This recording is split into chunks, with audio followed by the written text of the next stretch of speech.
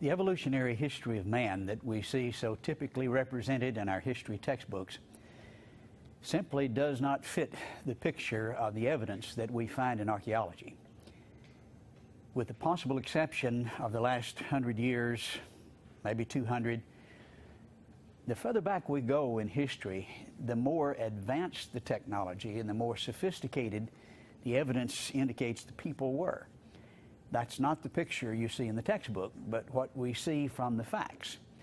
In fact, that is so obvious and so clearly demonstrated that I think maybe we ought to change the histories rather than try to juggle the facts. We find this kind of documentation and acknowledgement even from those who are humanists, who are evolutionists. That would certainly be the case with William Prescott. And in his book, The Conquest of Peru, he makes this point on a number of occasions. Now, he is not a creationist by any means, but he is acknowledging evidence that I believe certainly sustains or supports the concept of creation, a recent creation. He says, for example, the memorials of the past remains of temples, aqueducts, other public works, which, whatever degree of science they may display in their execution, astonish by their number, the massive character of the materials, the grandeur of their design. Now, this is a statement that describes literally dozens of places throughout South America that demonstrate amazing technology, as well as the coexistence of humans and dinosaurs, which, of course, evolutionists cannot tolerate. Most of the work that we'll be looking at today is in the area of Peru and Bolivia. Our work was done in Peru, primarily in the area of Inca, near the Paracas Peninsula, in Nazca, in that area. And we see here the scenic Pan-American Highway as it travels through this area. It is the most desolate area you could ever imagine. It hasn't rained there for 100 years. You can't find a blade of grass for just on and on and on. It's amazing. And that desolation continues right on out to the coast. And this is an area that we were interested in initially. And we'll talk more about a boulder that fell off of that cliff down to the beach. But as we walked along the beach, we saw, about the only thing we saw were the pelicans, which I think are somewhat symbolic of desolation, where there's no rain and it's just dryness and desert. We see pictured here Dr. Javier Cabrera, who was 20 years head of the Department of Medicine at the University of Lima, with his hand behind a fossil skull embedded in a tertiary boulder with a modern skull in the foreground for scale. Now, being head of the Department of Medicine, he knows what a human skull looks like. He brought that there for comparison and brought this to our attention. He says in this tertiary boulder, which is very close to, that's the next layer above the dinosaurs, some 60 million years ago, we've got a human skull. Well, we came down to investigate that, and by the time we had gotten there, it had been sabotaged. Actually, he had made some comments to reporters. They had mentioned it in the newspaper, and someone destroyed it. And here you can see the hole where that skull was. It was bashed and completely removed. We did investigate some interesting phenomenon in association with this, layering with what we would call seashells, the phyllosauropods, that were closed and buried alive. We made a presentation on this at the GSA, Geological Society of America Convention, about 5,000 geologists, showing evidence for the rapid formation of this layer based on the buried alive clams and seashells, so to speak. We went on to talk with Dr. Cabrera, who is a very interesting person, who has some different ideas, we'll say, some that I certainly would not concur in. But he is a scientist. He is very conscientious in his interpretation of some of this evidence. And he's seen pictured here in his mansion in Inca. He retired to be cultural anthropologist of Inca. His father had begun collecting burial stones from the Inca tombs back in the 30s, and after his death he continued to collect these burial stones as well as artifacts from the tombs. They appear to be connected primarily with the Nazca culture. Many are familiar with the Nazca lines, which were carved in the desert, depicting perhaps some of the gods that they worshipped in that ancient time, but they're huge sculptures in the desert floor. On these burial stones, you see figures of the monkey and the hummingbird, for example, and the tail of the monkey up above him there seen in the circular form, that are certainly similar to these carvings on the desert floor, which are amazing in that they cover sometimes hundreds of yards, up to half a mile in dimension, and you can't see them from the desert floor. You have to be up in the air. These pictures we took as we were flying over in a rented Cessna, and there you can see the same style monkey with that circular tail.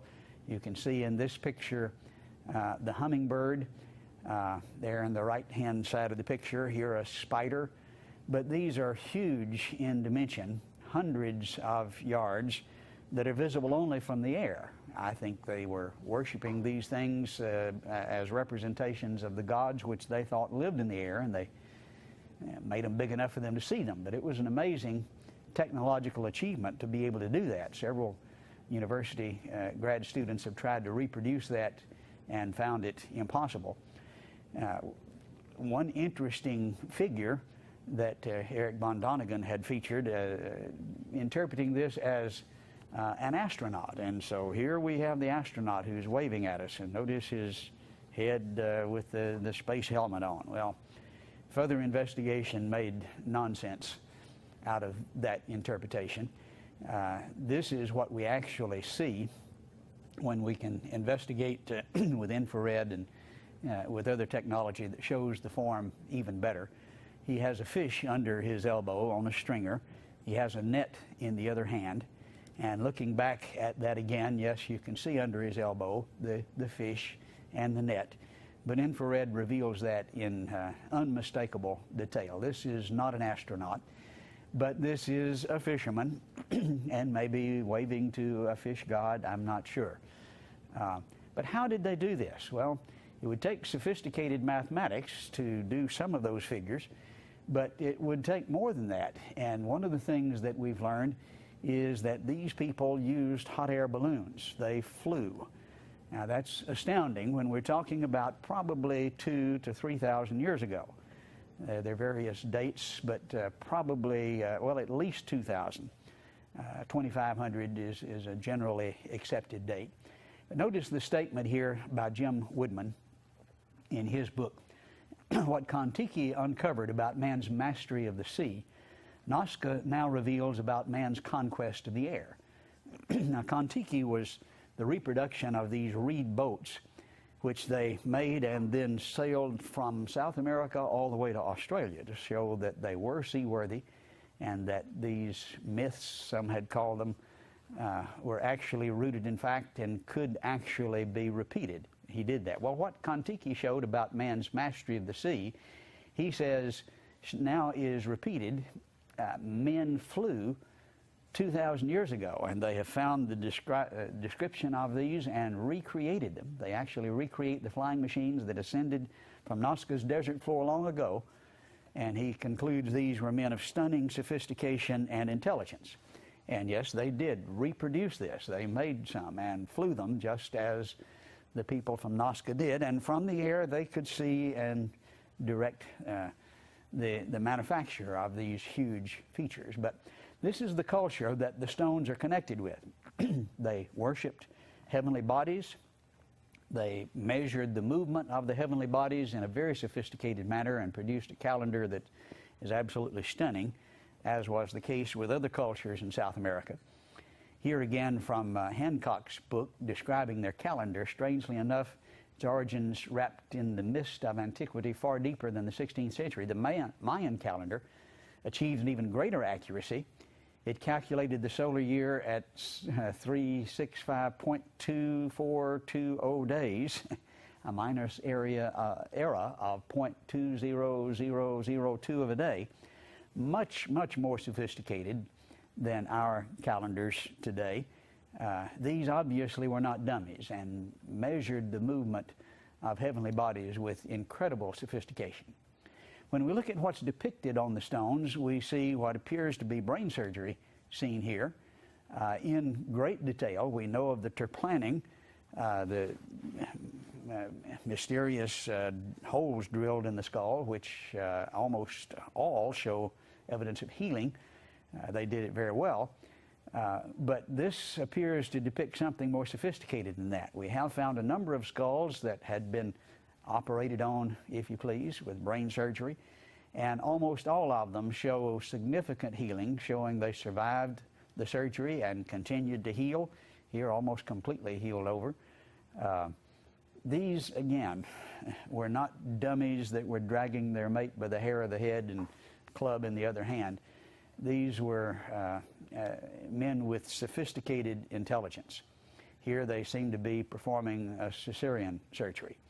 One of the things that we see depicted on these stones that is not that impressive to me, maybe to some, is that about a third of them are some of the most disgusting pornography that you could ever imagine. This is as close as I'll get to showing it to you, but it's a book that depicts this, and we have museums devoted just to this pornographic depiction from burial stones and from ceramic figurines, from their drinking vessels, from vases and so forth. That shows the kind of culture that existed at that time. It was a disgusting culture, though it was very prosperous and wealthy, and they had slaves, they had lots of gold, and they lived very well. They were amazing engineers. We're looking here at a water channel that was designed to bring water from the Andes over about 150 miles, and it's underground, about 50 feet underground most of the way, through very amazingly sophisticated channels here surfacing so that people would have access to the water along the way. Most of the access is gained through these spiral accesses where you go down to the level where the water was, and you have 7 of these spiral accesses in one of the major cities there. And so it continued to take the water along the way 50 feet underground, and the people could go down and get the water and then come back. Notice the description of the engineering involved in industrial research and development. The hydraulic simulation showed that the two channels were completely modern in design. They relied on concepts of fluid dynamics that Western hydrologists only started to apply in the past century, again, before the time of Christ. But what's really interesting about these burial stones collected by Cabrera and a number of others is the fact that they depict dinosaurs. Here is one of the large stones here in the center of a room he has built for displaying this in the front of his 300-year-old mansion. He is a descendant of the conquistadors. This is one of the castles they built, and he lives in it. And of course, he passed away in 2002. But looking closely at this stone, you can see the very obvious dinosaur with the dermal frills on its back, a man sitting atop fighting, evidently. And then we look at the top of the stone, and we see it's ornately covered with carvings. And a closer view, you see the upper right-hand corner, the very obvious sauropod dinosaur with the man in his mouth dangling by the foot. Beautifully and artistically done in stone. But there are thousands of these. Some 11,000 burial stones have been collected by the Cabreras.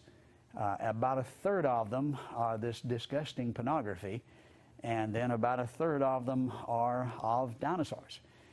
Here we see many of them are shown with man associated, but in battle. Here he's chopping the neck.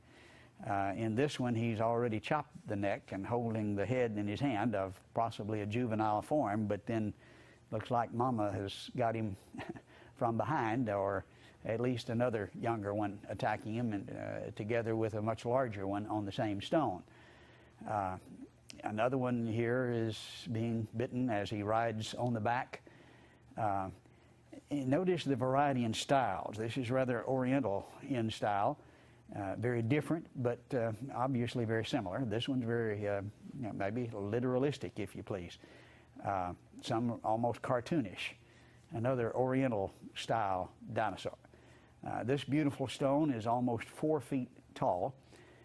Again, very artistically done, with the dermal frills on the back, which were written up for the first time in Geology magazine in 1992, when Mr. Sinclair depicted his dinosaur on the Sinclair dinosaur sign. He didn't know it had dermal frills on the back, but they did down in Peru over 2,000 years ago, and here we see them depicted on the stones.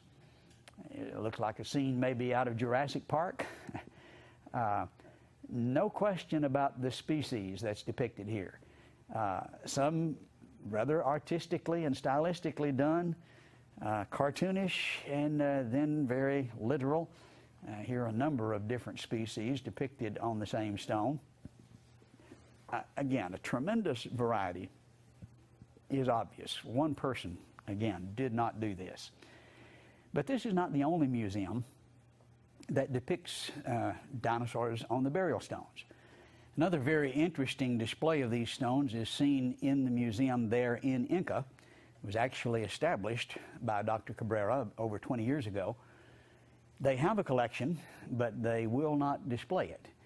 We had talked to the brother of Carlos Solti, Pablos, who had donated the collection to the museum about 15 years ago, and we had seen pictures of the stones that he had donated. His brother had excavated them in the 50s near the village of Ocaqueji, and then donated this to the museum upon the death of his brother. We went there, said, we want to see this collection. They said, it doesn't exist, that's a myth. We said, we've seen the pictures, we've talked to the one who donated the collection. They said, well, yes, okay, it does exist, but they're in storage and you can't see them. We insisted, saying this is a museum that's not supposed to hide things, it's supposed to show things. They said, well, you can't do this unless you're authorized by an official museum with 48 hours notice. We said, we think we can handle that, and we did. We got a letter from an official state-authorized museum authorizing us to examine them. With 48 hours notice, we came back. They still refused. They said, you will not be allowed to examine these. They were stonewalling. Dr. Swift eventually did gain access last year and got pictures, and yes, they are virtually, well, they are the same as the ones that we see in the Jules Rudd collection with dinosaurs on them. We did get to examine the ones in the collection at the Aeronautical Museum in Lima, pictured here. Years ago, there were many more. They have disappeared over the years. There were several hundred initially. There are about 40 that remain. But here we see one on the floor in the room where they are displayed, and these are the poorer ones. The better ones have disappeared, but you can still see the dinosaurs on the stones displayed in the Aeronautical Museum in Lima. In the museum in Nazca, likewise, they have some of the carved stones on display. And here we see Dr. Swift laboring as he holds up one of the stones for the camera. The stones are exhibited in the Cabrera Museum, where there are 11,000 of them. In the Museum of Inca, where they're hidden, and they wouldn't allow us to see them. Dr. Swift did eventually get, and then the Nazca Museum and the Aeronautical Museum and the Naval Museum. But we see here the museums which have these stones, all but one of them have them on display that can be seen today. We traveled to the village of Ocaqueji, where a number of these stones, or at least in the area, where a number of these stones had been excavated in the 50s by Carlos Solti, who was the rector of the College of Engineers in Lima. And there we see an obviously very depressed area. We see individuals who just eking out a living. Basilio Achua is one of the individuals here who has found a number of these stones and had taken them to Dr. Cabrera. He took us out to the place where many had been excavated, and we could see the actual tombs and see some of the stones in the tombs. As we walked along this desolate area, you could see the bones that had been strewn along the way by the grave robbers, who weren't interested in the bones at all, but in the artifacts that they could dig out to sell. In these tombs, you see amazing preservation, even of flesh parts. In an area where it hasn't rained for 100 years, the dryness of the desert is excellent for preservation.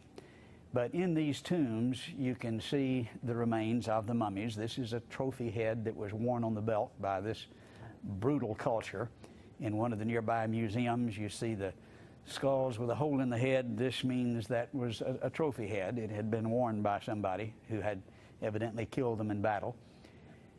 But as we look at these tombs, we see often babies with mothers. Maybe if the mother died, they couldn't take care of the babies. And I don't know the whole story, but it doesn't look like a nice story. Here we see one of the well-preserved mummies together with a number of bones that have been found in the area. And in this particular tomb, you see one of the burial stones in situ, in place. And you see this on a number of occasions. Here's another one of the burial stones beside one of the mummies with a dinosaur on it. This one was excavated in 2005. The drawing here shows what's seen on it, not as dramatically clear as with some of them, but it can be seen very clearly. It has been examined carefully by a number of laboratories, and we see the close-up of some of the carvings showing the patina in the grooves, also testifying to its antiquity. This was one that was excavated in 2006 that is in a collection that I own. This is about a 70-pound stone. It has 3 dinosaurs on it. It was from about 100 miles away from the Paracas Peninsula, and the carving style is slightly different. You can see the teeth are raised rather than incised. The bias relief is in evidence here, but the same style, again depicting the dinosaurs. Many say, well, Cabrera was a strange fella, and we can't depend on his testimony. Well, I think he was a very credible witness, but we have many, many different sources. Notice that the first one is the Spanish priest who in 1525 described these stones, and there have been several reports of this. The chronicler of the Incas wrote of these stones in 1570. In detail, they found the stones with the strange animals on them. And then Bolivia Cabrera, the grandfather of the one that we worked with there, began collecting the stones in the 30s, and then Javier Cabrera continued the collection, amassing some 11,000 of the stones. He was professor of medicine at the University of Lima, head of the Department of Medicine for 20 years. He established the largest teaching hospital in Peru and retired to be cultural anthropologist for Inca. This is not a lightweight in terms of a witness, but if you want to ignore him, there are many others. There's Carlos Solti, who excavated the stones at Ocoqueji in the 50s. Pablo Solti, who is his brother, donated the stones to the museum in 1968. The museum denied it, promised to show them to us if we met their conditions, and then refused, but then finally did reveal them. Yes, they have them there. And then Basilio Achua of Ocoqueji excavated a number of the stones. The Aeronautical Museum displays many of the stones today, as does the Regional Museum in Nazca. I, together with Dr. Swift, have observed them in the tombs in situ. University of Bonn in Germany has confirmed the oxidized patina in a number of the stones, and grave robbers continue to excavate these carved stones. You can still dig them up.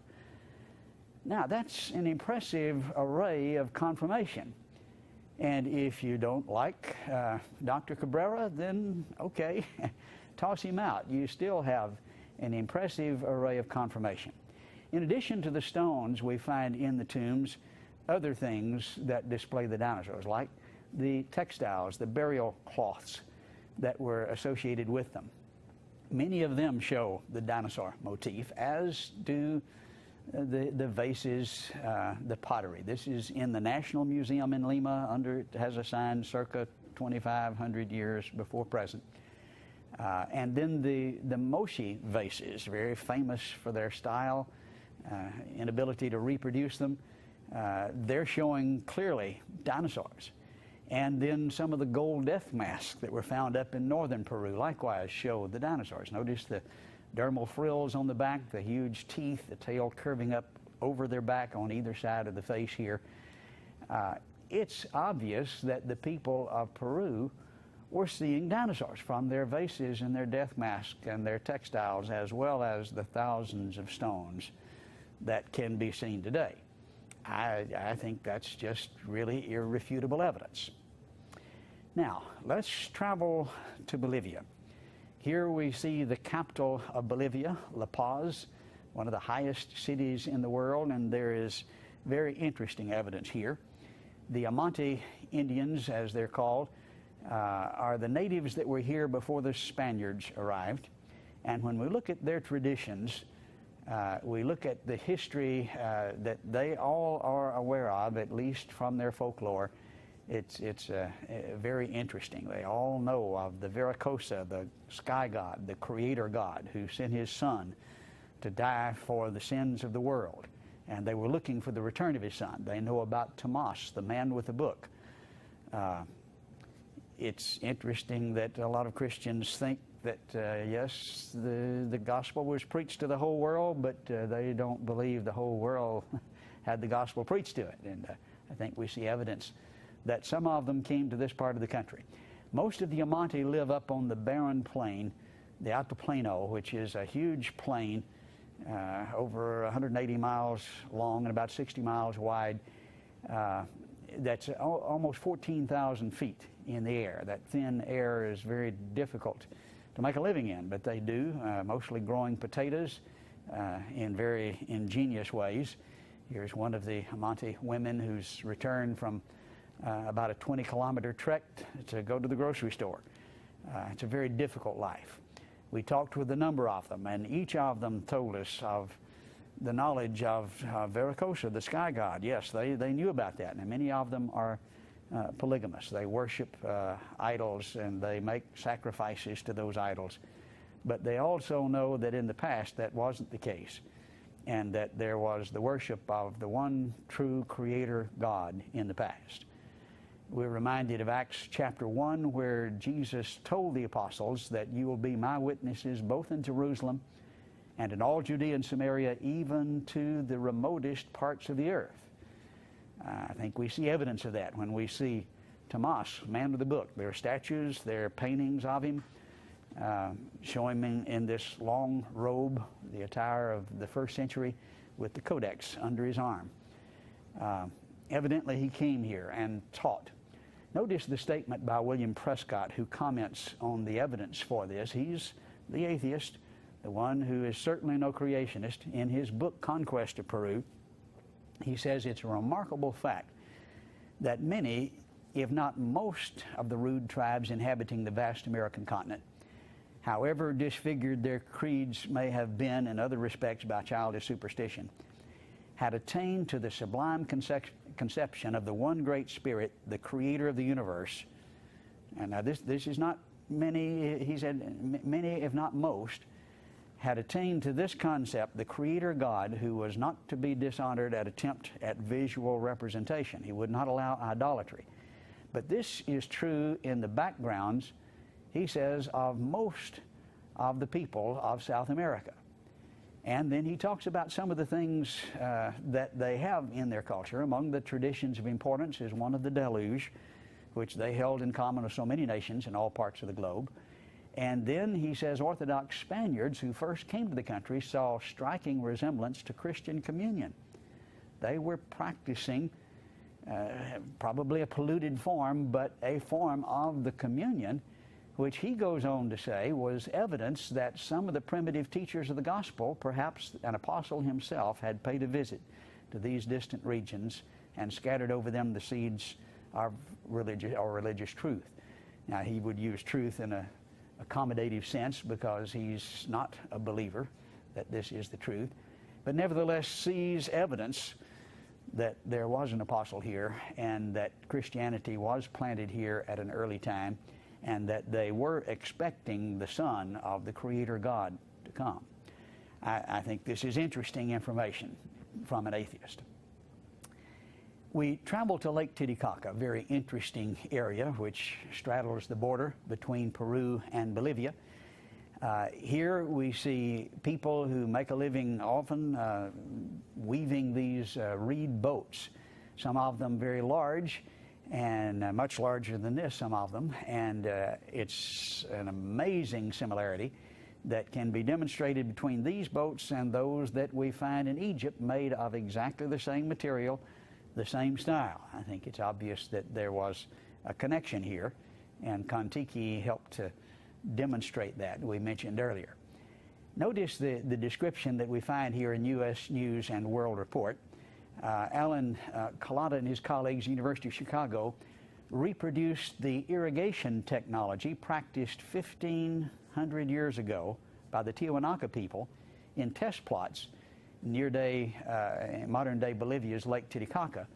The resulting bumper crops, in some cases 7 times the average yield of the land farmed using modern techniques. Now, we think we know how to do things in a modern way today, but when he reproduced what these dummies did, he got 7 times the produce than our modern techniques.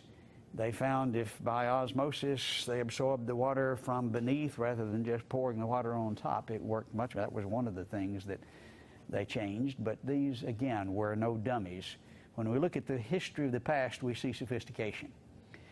When we go to the city, the ancient city of Tiwanaku, the ruins of it, we see tremendous sophistication indicated. Here in this huge gateway to the sun, this is carved from one huge granite boulder and transported over 200 kilometers. We know, we can see where they quarried it, where it came from. It was broken by an earthquake just in recent modern times. How did they carve this? How did they transport this from 2,000 years ago? I'm standing here on some of the ruins of one of the temples, and notice the huge nature of these stones, and notice the surfaces. They're not close to perfect. They are absolutely perfect, plain flat. You want to try to do that yourself? This is an amazing accomplishment. And when we look at the specifics of the construction, notice that where they join these rocks there, there's these staples that actually had depressions carved in the rock, metal poured into it, and we find the metal staples in the nearby museum. This linked the stones together in a way that would help resist the earthquakes.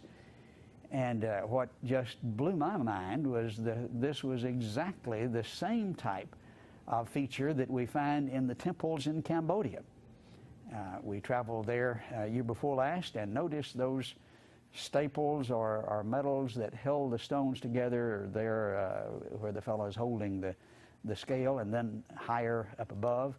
We look at other examples from Cambodia, and now then we're back in Bolivia, and we see the same type of construction, the mitered corners, which were constructed to last for many, many years.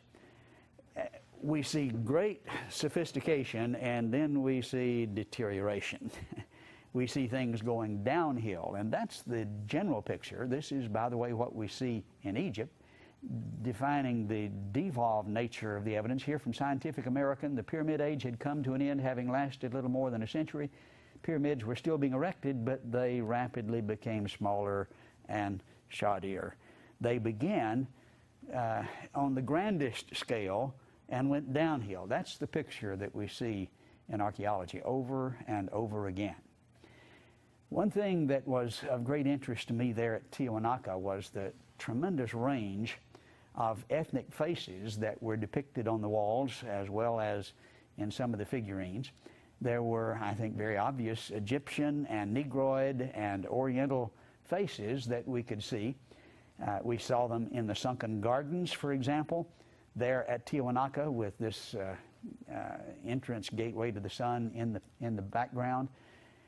These faces seem to be designed to depict a brotherhood of man, or at least a great range of ethnicity. Here the Negroid type is obvious, and many of them, of course, Oriental, and some strange faces that we can see here represented. Some of them were, I think, a very obvious Egyptian motif, as is the representation here. In some of the Acambaro figurines from Mexico, we pointed out there was the Oriental, here the Mexican motif, and then very obvious Oriental shapes. Some of them were African. Again, the point is they traveled around the world a long time ago. And the idea that Columbus discovered America is ridiculous.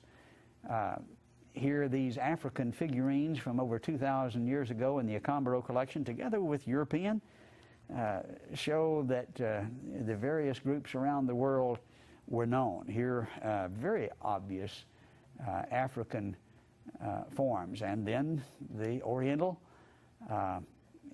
very characteristic Oriental. By the way, this is the Q on the back of that head that we just saw that was broken from this statue. The Olmec faces are very Oriental looking. That's been pointed out for a number of years, seen in the basaltic heads. Dr. Chu of the Dallas area, Texas Christian University, has documented this from a number of sources. First, the jade that's found there with the Olmecs is found only in China. And he says this is from the Chang dynasty. He has evidence of it that has been reported in the standard journals. Here, ABC is reporting on it. Chu discovered jade, stone, and pottery artifacts attributed to the Olmec, believed to be ancestors of the Maya. The artistic motifs on the objects bear an extraordinary resemblance to the Chinese bone inscriptions from the Chang dynasty of about 1600 to 1100 BC. Symbols for agriculture, astronomy, rain, religion, sacrifice, all of these were nearly identical. The language, the symbols, here's the ear treatment from the Chang dynasty and from the Olmecs. Again, now from Discover magazine. 3,000 years before the egg roll joined America's fast food menu, a group of Chinese immigrants may have sailed to the New World. Well, 3,000 years ago, Chinese came to America. What happened to Columbus? That's kind of old hat at this point. He has proof in their own handwriting, and he shows examples. Here we see the symbols for divine in the Olmec, in the Chang, and then modern, for temple, and for container, and for worship, for small. It's absolutely identical. For offer, again, the language, the alphabet, is identical. This came from China some 3,000 years ago and has readily been acknowledged now. Even the Japan Times, notice here from August 1999 from Beijing, the evidence showing similarities between the ancient native markings in Central America and ancient Chinese characters has added fuel to the theories that Chinese arrived in America as early as 3,000 years ago, as Chinese state press reported Thursday. They were not dummies. They traveled around the world long, long before Columbus arrived here. Now, we travel back to Peru, this time to Cusco, where we see amazing sophistication likewise demonstrated. Down south of Lima, up in the highlands, we see stones that were cut with amazing sophistication. Here is a stone fortress, and it's not in the style that we use, where there is a row upon row upon row, where there is a line between the stones, which, of course, the cracks follow if there's a shift in the foundation. In this area with earthquakes, they had shifts in foundations, and so they made irregular stones, cut just incredibly. And this is granite. This is as hard as it gets. And the way they cut these stones is just absolutely mind-boggling. Obviously, not something that I would know how to do. And notice the stone in the center here. This has 12 different angles, and it fits into the angles of the stone around it. perfectly. And when you remove the stones around it, you see even the little imperfections in one stone match the imperfections in the other. It's just an incredible match. No need for mortar. They fit perfectly and, of course, resist the earthquakes. These, again, were not dummies. Notice the statement that we find from Mr. Nuremberg. What's truly impossible about the block, and he's talking about the largest block that they found here, again, cut with angles all around it, it is the size of a 5-story house and weighs an estimated 20,000 tons. Now, this came from 200 kilometers away. We have no combination of machinery today that could dislodge such a weight, let alone move it any distance. Now, that may have some people that would argue, but that's at least close to so. Shows their mastery of technology, certainly, which we have not attained as yet. Again, not dummies, but the further back you go, the more sophisticated you get. Just amazing sophistication. Now, let's sum this up and raise some questions. Why is it that we see just this incredibly depressed, terribly poor area today? This is what's left of the incredibly sophisticated, very wealthy, prosperous society in the past. In fact, they really make a living off of the ancient society today. About the best living is grave robbing. Why is it like this, and why was it so different in the past? Well, I'd like to suggest an idea. It was because of their pornography, because of their cruelty, because of their wickedness. Now, would that cause the people, the land to become desolate? Well, I know God has done this in the past because He said so.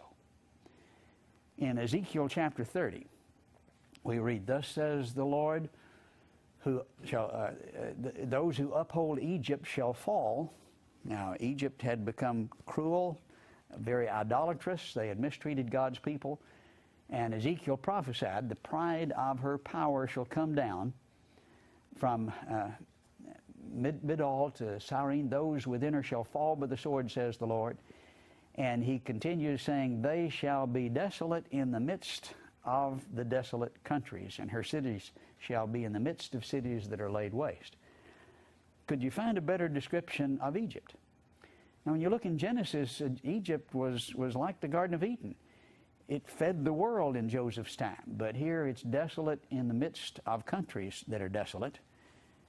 God turned their water off and said that He would, and then now we see that is exactly what happened.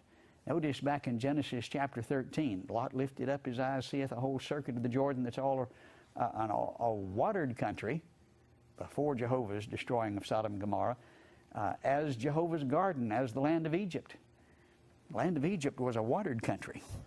Today, that's not the way it looks, is it? And similarly, notice from Zephaniah chapter 2, He will stretch out His hand to the north and destroy Assyria, another country that ruled the world in Bible times. Make Nineveh a desolation, the site of one of the 7 wonders of the world, the Hanging Gardens. But He says, I'm going to make Nineveh as dry as the wilderness. And He continues describing what's going to happen. The herd shall lie down in her midst, the beast of the nation, both the pelican and the bittern shall lodge in the capitals. Here, the symbols of desolation, interestingly referring to the pelican. Their voice shall sing in the windows, desolation shall be at the threshold. Well, of course, this is the area of Iraq today, and we looked to that area and you couldn't find a more obvious depiction of desolation. Here, the pelican is specifically referred to in verse 11, and the porcupine shall possess it, the owl and the raven shall dwell in it, he shall stretch out over it the lines of confusion and the stones of emptiness.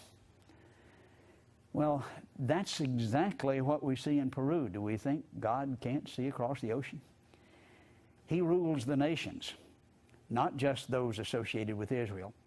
And He saw a wicked nation, and it was a prosperous nation at that time, but it is not today.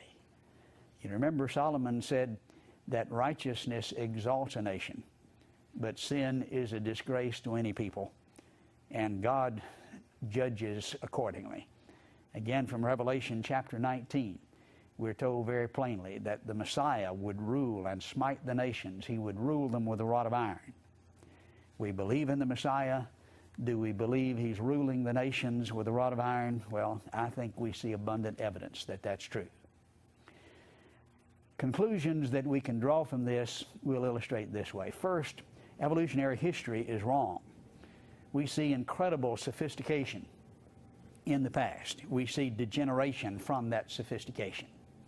We see that dinosaurs and man did coexist, and we see abundant evidence of that coexistence from their pottery and from the stones and from the textiles and from the death masks, also evidencing the fact that evolutionary history is wrong. We see the gospel was preached in all creation. They knew Thomas, the man of the book. We see evidence that travel took place 3,000 years ago around the globe, not just recently. And we see that, I believe, the Messiah judges nations. We see the stones of emptiness. We see the desolation that comes when righteousness does not exalt a nation, but when sin is a reproach and brings embarrassment and judgment by the Messiah. These conclusions, I think, are obvious when we look at history, and I think we need to take them to heart.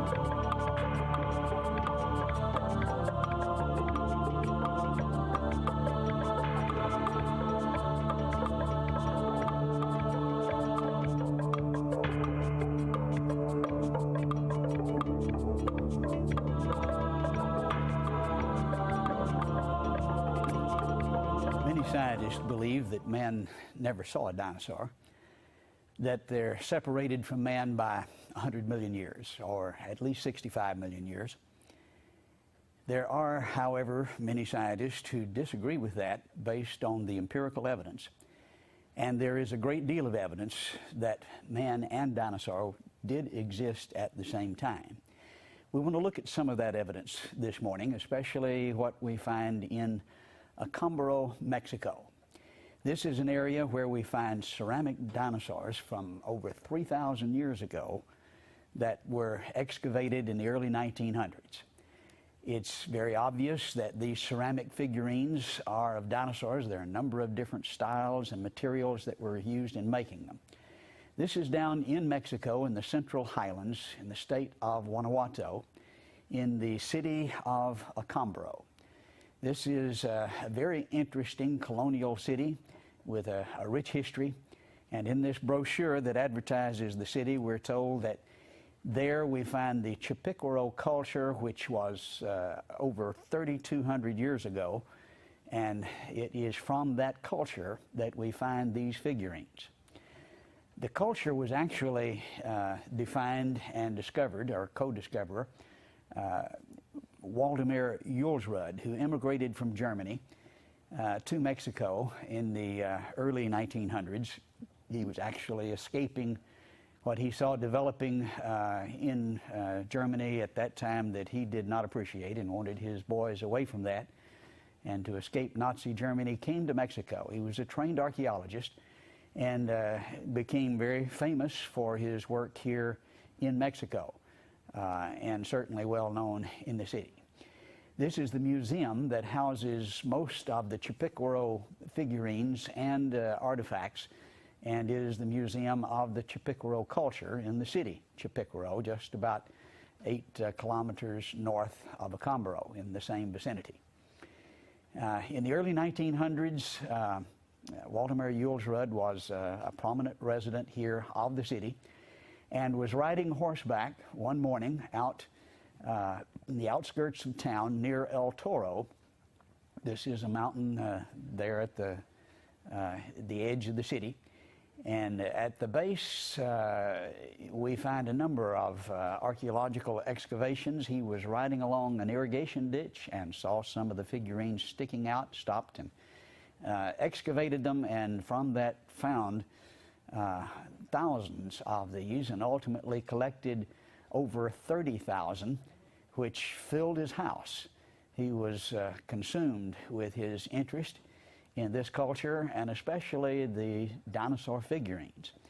This is the house as it appears today. It's been turned into a hardware store, but it's a large mansion that takes up most of a city block. Charles Hapgood actually brought my attention to this.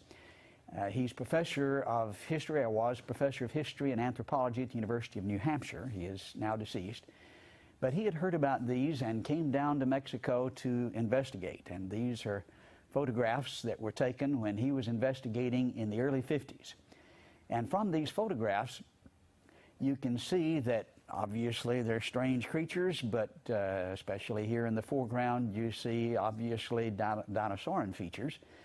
And these were from the collection that had been amassed by Waldemar Julsrud over a number of years while he was collecting these. Hapgood enlisted the aid of Earl Stanley Gardner, who was a friend, obviously very good at investigating mysteries. He was a criminologist. He had been district attorney in the county of Ventura in California for over 30 years, and of course had written the Perry Mason stories. And he's the author of those famous TV movies, as well as many, many books. He's referred to on the website that describes him as the world's most famous lawyer. He wrote a book about this mystery called The Host with the Big Hat. The same author that wrote Perry Mason described this mystery and his investigation of it. Obviously, it's controversial because it describes the coexistence of humans and dinosaurs, and some scientists would just dismiss it outright because of the philosophical implications, not because of the actual evidence. This would fly in the face of evolutionary theory, and so no matter who it is or how much evidence, they're not going to accept it. Here we see a picture of Professor Hapgood, Earl Stanley Gardner, together with Carlos Julsrud, who was the son of Waldemar Julsrud, and they worked together to try to solve this mystery and to prove that the father, Waldemar Julsrud, was not the one who manufactured these, which is what the critics were saying. 33,000 figurines, a variety of styles and materials, just mind-boggling array, all from one individual was the, I think, ridiculous claim. But Earl Stanley Gardner was enlisted to help investigate this and to prove it. And here we see him looking closely at some of these figurines, and he has pictures of them in his book. Here is one of the pictures from his book, and we notice the title, which says that dinosaurs do appear abundantly throughout the collection. He interviewed at length Carlos, the son of Waldemar Julsrud, who had gone out with his father to excavate on a number of occasions and had found numbers of these things while he was working with his father.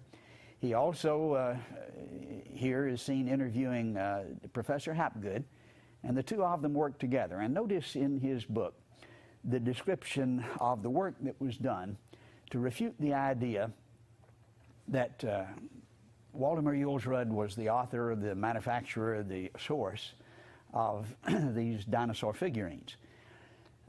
Here, quoting from Earl Stanley Gardner, Professor Hapgood lay awake at night trying to devise new tests, new places to dig. He even went to a road which had apparently been undisturbed for many years, and by many years he's referring to hundreds of years. He dug under the road with permission from the government, and sure enough found the Julsrud-type figurines under the road. He continues saying, in many places in Mexico, boundary lines between fields are marked by stone walls which are hundreds of years old. And he goes on to describe excavation under these walls where, again, they found examples of the Jules Rudd type figurines, including dinosaurs. And then an amazing, just ingenious test was proposed together with the chief of police of Accombaro. His house had been built some 50 years before Jules Rudd immigrated from Germany. It was one of the original houses. Adobe brick was the construction material. He said, let's dig under the house of the police chief, under the living room floor. And if these figurines are found there, then obviously Jules Rudd would not be the source of this material. And so they did that. Here we see the mayor standing at attention. He also conducted a 3-month investigation into the possibility that maybe someone had manufactured these, questioning people throughout the area for any knowledge of anyone manufacturing such figurines. When you fire them, it would be known. Here we see a brick factory right at the base of El Toro, where many of them were found. When you fire the brick, you make smoke, and especially when you're burning wood, which would be the source of the fire, the material to fire them. And you can't do this without being known. And in a 3-month investigation, the police chief found no evidence that they had been manufactured recently. In the book, Host with the Big Hat, Earl Stanley Gardner pictures here a diagram of the police chief's house, and there under the floor, it's pointed out that 43 pieces of the Jules Rudd figurines were found under the floor of the police chief of the city of Accombaro. And so he continues to describe the investigation, saying, we had our cameras with us and took pictures, particularly of the weathered adobe bricks with the various fragments cemented firmly in place. These adobe bricks originated 50 years before Jules Rudd arrived on the scene, and in the brick, embedded in them, you can see the pieces of the figurines and the pieces of pottery from the Chipicaro culture. He continues saying, we scratched around enough on the cut bank of Bull Hill, or El Toro, to see that the soil was liberally studded with artifacts. And then he has pictures of these artifacts in the brick. Obviously, Jules Rudd didn't do this, and then concludes, and this is a very flat-footed statement for a criminologist, a careful scientist to make. He says, it is absolutely, positively out of the question to think that these artifacts, which he saw, could have been planted. Now that's Perry Mason, or Earl Stanley Gardner's conclusion. He proved it. In his mind, there was no question but that these certainly go back much further than Earl Stanley Gardner. We didn't really know what dinosaurs looked like before the 1900s, or didn't know that well. We had a very poor view, and we'll talk more about that in a moment. But further testing was done by these two men, Hapgood and Gardner. Radiocarbon dates were obtained, submitted by Professor Hapgood to Isotopes Incorporated in New Jersey. And sample number 1 was about 3,500 years, and then 6,400 years, and then 3,000 years. And so there was a significant range. But if these are over 200 years, they are before we knew anything about dinosaurs, and they're supposed to have been gone then for 65 million years. Well, 6,000, 3,000, 2,000, probably just over 3,000 years ago, we have figurines. They were also submitted by Professor Hapgood to the University of Pennsylvania Museum Testing Facility for thermoluminescent dating, which is probably the most appropriate dating system for pottery. We won't go into great detail about how that works, but it's a different type system and particularly suited for pottery. Sample number 1 came back about 2500 BC, and then number 2 and number 3 and number 4 all right on the same date, 2500, very consistently. And this would logically be the most reasonable conclusion for the date.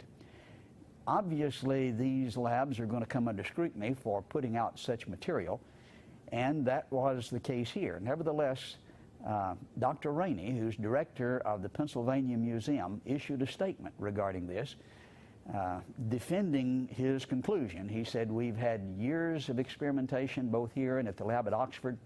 We have no doubt at all about the dependability of the thermoluminescent method. I should also point out," he continues, "that we were so concerned about the extraordinarily ancient date of these figurines that Mark Hahn in our lab made an average of 18 runs on each one of the 4 samples. 4 samples, 18 runs on each one, because this is extraordinary information." And they still continue to get the same consistent dates. He continues then saying, "All in all, the lab stands on these dates for the Jules Rudd material, whatever this means in terms of archaeological dating in Mexico or in terms of the fakes versus authentic pieces. The lab takes the stand because they were extraordinarily cautious and made 18 runs on 4 samples." Well, they took even greater flack when this letter came out, and 3 months later he withdrew it without giving any reason at all. I think I know exactly why he withdrew it, but he certainly was not because of empirical evidence. It was because of the philosophical pressure of his peers. With such information, I was intrigued. What is the truth? What is the answer to this mystery in Accombaro? I went down with Dr. Dennis Swift to personally investigate this material. We were there in 1999 twice, and then in 2000, and actually we've made about a dozen trips now. When we first got there, this is the scene that depicts where they were, and actually they were locked in this door that you see in the background, behind that door with a padlock in the back of the police department.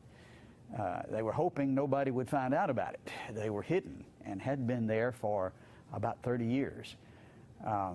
Why? Well, this is an embarrassment. You're not supposed to find evidence of humans and dinosaurs, and they wanted to appear intelligent, and it took a great deal of effort to get that door open. But we finally did, and with pressure, actually, from outside sources, political pressure, we were able to examine 2 of the 60 crates of materials that were stored behind that door the first time that we came down. And sure enough, even in just the 2 crates, which is a random sampling of over 60, we found strange ceramic figurines, including figurines of dinosaurs. The second time we came down, we were able to examine more crates, still not all of them, but here we have a number of them spread out on the table. Dr. Swift is actually mocking the great security with which these were guarded. They had a soldier there with an AK-47 guarding us, and as we looked at these figurines, he grabbed it from him and posed with the figurines. But they had been, of course, under lock and key. Nobody could see them. But with our investigation, we finally brought them to light, and were able to make photographic record of a number of these. We see in this picture an amazing variety, both of ethnicity and styles and materials that are reflected in these figurines.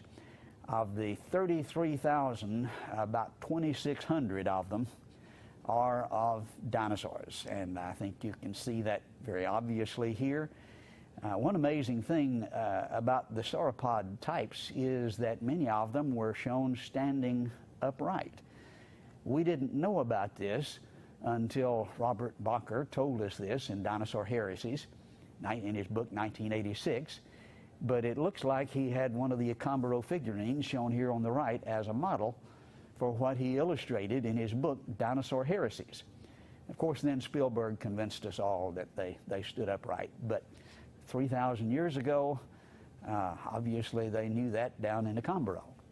Now this is what we thought dinosaurs looked like way back in about 1850. This is supposed to be a picture of an iguanodon, one of the earliest dinosaurs that were excavated. Well, that's not very close, but that's what we thought in 1850. By the turn of the century, this was 1895, we had him depicted differently, kind of a stand-up alligator with a long tail dragging the floor. Not very accurate, but closer. But now then we know that Iguanodon looked like this. This is a restoration from the year 2000.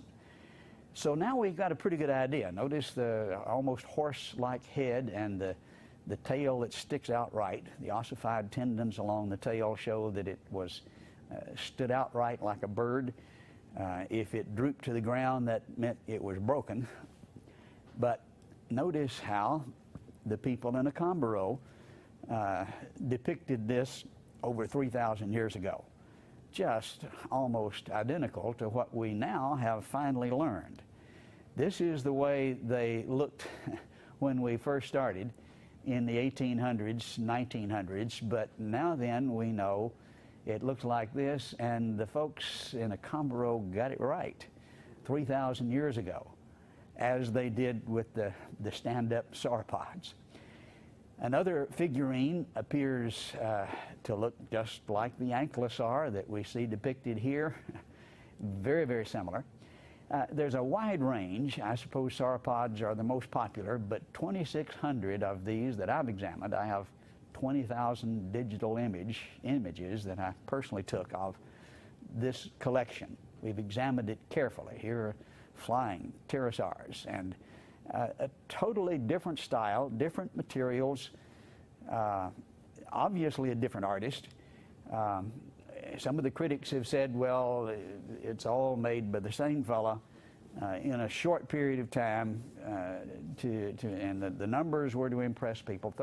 33,000 is kind of overkill, isn't it? And certainly there's a tremendous variety of styles and materials not made out of the same stuff, as is obvious to an objective observer, but a bewildering array of mysterious creatures. What in the world were these for? I think the most reasonable explanation is that they were apropopadic. This is a fancy word that archaeologists use, actually coined from the investigations over in Mesopotamia, where they found caches of these buried under the threshold of dwellings, or where dwellings had been. And we find these often in caches of 20 up to 30 packed in sand, surrounded, of course, by the clay soil. And it would appear that they were buried carefully. Some have suggested maybe the enemies were coming and they buried their gods, their idols, to protect them from the invasion. I strongly suspect they were like the apropopadic figurines in Mesopotamia that were buried under the threshold to ward off evil spirits, and that's what this fancy word means. It's to scare off the evil spirits. Well, if you're going to scare off spirits, I suppose dinosaur figurines would be as efficient as any. But the bottom line, we don't know. These are several different ideas that have been proposed. It's interesting to notice again that in 2,600 you've got a tremendous variety, and the association with people seems to be closer and more frequent with the juvenile forms. I think I can understand that if you watch Jurassic Park, but some of the juvenile forms are depicted, they're kind of cute, and we can see why humans might be more closely associated with these forms. We also find, besides dinosaurs, other out-of-place figurines. Here is a horse. This is typical of the Pleistocene horse, Ice Age, which wasn't supposed to be in Mexico till the Spaniards brought the horses. Here's another one that is with a man trying to ride it, who has lost his head. It's broken in this figurine. But an amazing turn of events involves the find of the unfossilized tooth of a Pleistocene horse associated with the Pleistocene horse itself. This tooth was identified by George Gaylord Simpson of Harvard, who is the leading expert on fossil horses, was the leading expert in the world. Well, here is the Pleistocene horse, here is the Pleistocene tooth, unfossilized, found with it. The mystery deepens, or at least maybe the picture, contrary to the standard evolutionary picture, is getting more difficult. We went back to try to verify Gardner's research. I think he did an excellent job. We thought, well, let's just look and see if we can repeat what he did and re-verify. We wanted to do original excavations, and we approached this with some of the leading experts to get permits, and permits have to be obtained from INA. This is the Institute of Archaeology there in Mexico, and we applied 3 different times with the University of Texas first, and then with David Soleil, who at the time was director of the Museum of the Rockies. He's actually Jack Horner's boss. Jack Horner is the individual, if you saw Jurassic Park, the real-life character that the story is based on. He's the fellow represented as digging up dinosaurs up in Montana. Well, his boss, the director of Museum of the Rockies, David Soleil, went with us, and we applied together for permits, and they were all denied. And we were told firmly, actually the mayor of Acambaro was told, that we would never be given a permit, that the implications would not be allowed. Actually, we found out that INA had done their own investigation back in 1953. They sent 4 archaeologists to Acambaro to do official excavations there. They chose their own site over a mile away from Julesrud's site, and they found figurines, a number of them 6 feet down, including dinosaurs, and acknowledged that the figurines were authentic, but not so with the dinosaurs, which were found in the same place by them at the same time, at the same level, together. They couldn't be, and we actually intercepted the interdepartmental memo, and we have exactly what they said about this. And this is from a memo dated February 24th, 1954. Apparently those artifacts were gathered scientifically, but even so, they are reproductions of relatively recent times, and they're talking here about the dinosaurs. In our opinion, it is impossible that man existed at the same time as those saurian that lived millions of years ago. So they're acknowledging, yes, they are dinosaur figurines, but they could not have been with man, and so they just simply deny it. Continuing, they say, it's our opinion, in our opinion, the only archaeological artifacts are the collections of vessels and other Chipiquaro pieces that they found at the same time. These are authentic and represent great archaeological value for our studies. So in the same hole at the same time, they found authentic ones, but dinosaurs with them couldn't be, and so they just deny it. That's why it is the philosophical pressure that says you cannot have humans and dinosaurs together. That would destroy the picture of evolution that's in the textbooks. And so here's what's real and here's what's not based on the evidence, but based on the philosophical conclusions. We brought an expert down to examine these. This is Jim Collins, who is with the University of Texas. He's an art instructor, a ceramics expert, and he found a number of things about these figurines that we didn't know. For instance, he found many, or most of them, were actually double-fired. Some had wondered how such fragile figurines could be maintained intact in the earth all of these years. And of course, if you go to the Museum of Anthropology in Mexico City, you'll see dozens of similar figurines that remained intact, which they don't question. But these have been double fired. These people were rather sophisticated in their technique. And of course, somebody just making fakes by the thousands wouldn't go to this kind of trouble. You can see that some of them were broken, and where they are, you can see evidence of this slip on the outside that is a sophisticated pottery technique. This is compared with the broken piece from the National Museum of Anthropology and compares favorably with it, actually better fired than this excellent piece. We went back to the house that the police chief owned, under which Earl Stanley Gardner had excavated 43 pieces of Julesrud type material, and found that it had been covered with modern brick now in modern times, and that was somewhat disappointed. We wanted to see the adobe brick, We did look across the street, and sure enough, there it had not been covered by modern brick. The adobe brick was still obvious. And as we looked carefully here, Professor Collins is looking closely at those brick, and you can see, yes, as Earl Stanley Gardner said, they are studded with the pottery pieces from the Chippewa culture, and that's obvious. And as we look carefully at one of the bricks, this is directly across the street from the house of the police chief where Earl Stanley Gardner investigated. In one of those bricks, lo and behold, there's a dinosaur sticking his face out. And if you listen very carefully, you can hear him say, "Na na na na na na," just making a mockery of the idea that man and humans have to be millions of years apart. These brick, done 50 years before Yules Rud arrived, contained pieces of the ancient Chippewa culture, which were scattered in the clay and scooped up and used to make brick, not intentionally taking the fragments, but you just can't scoop up the material without getting some of them in it. Let's go back and look carefully at some of the witnesses who have testified to the fact that they helped Yules Rud excavate these, and that these were parts of what was found from original excavations. One of the more credible witnesses, I believe, would be the grandson of Walter Yules Rud.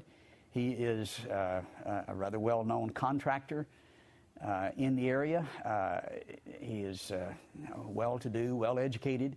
He's standing here beside the grave of his grandfather, testifying about going out and excavating these figurines with him. We have about 20 minutes of recorded testimonies with him standing right there by the grave, telling of the figurines that he helped his father excavate.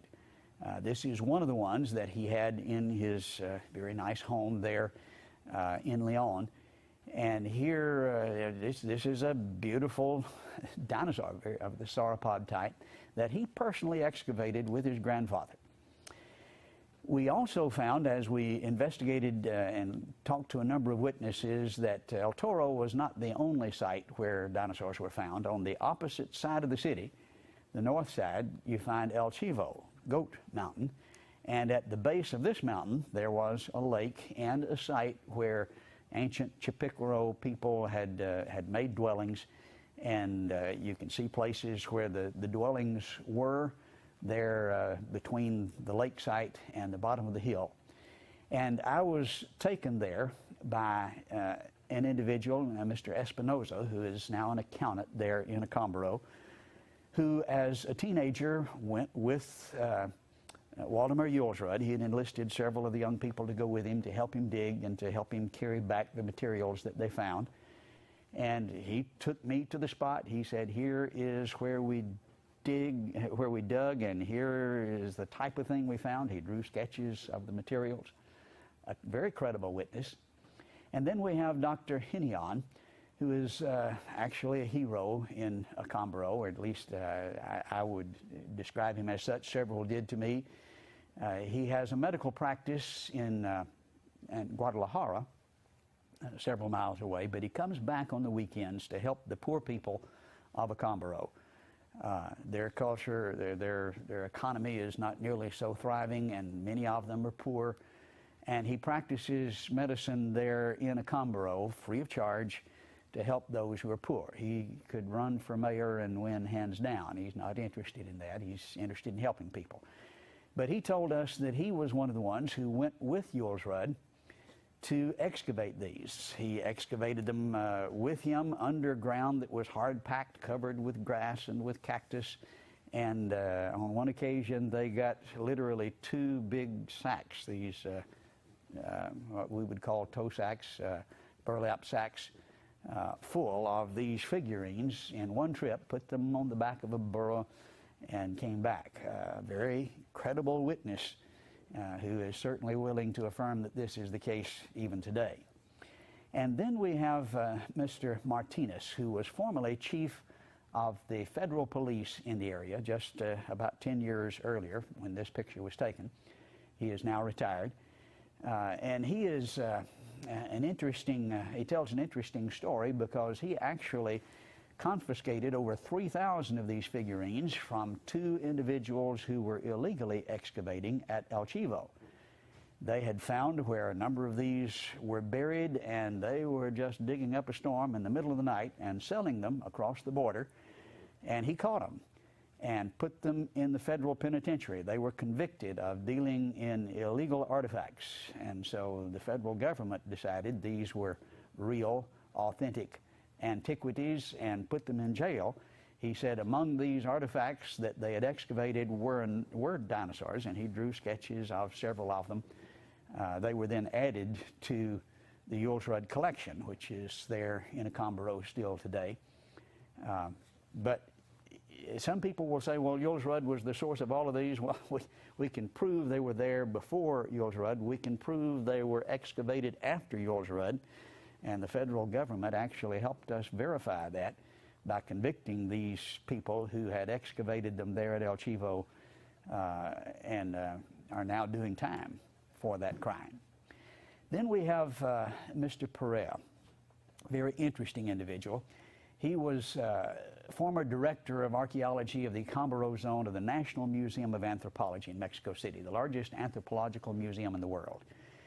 At the time Jules Rudd was in Accombaro, he was the director of archaeology for the area, and it was his job to verify and to authenticate the finds.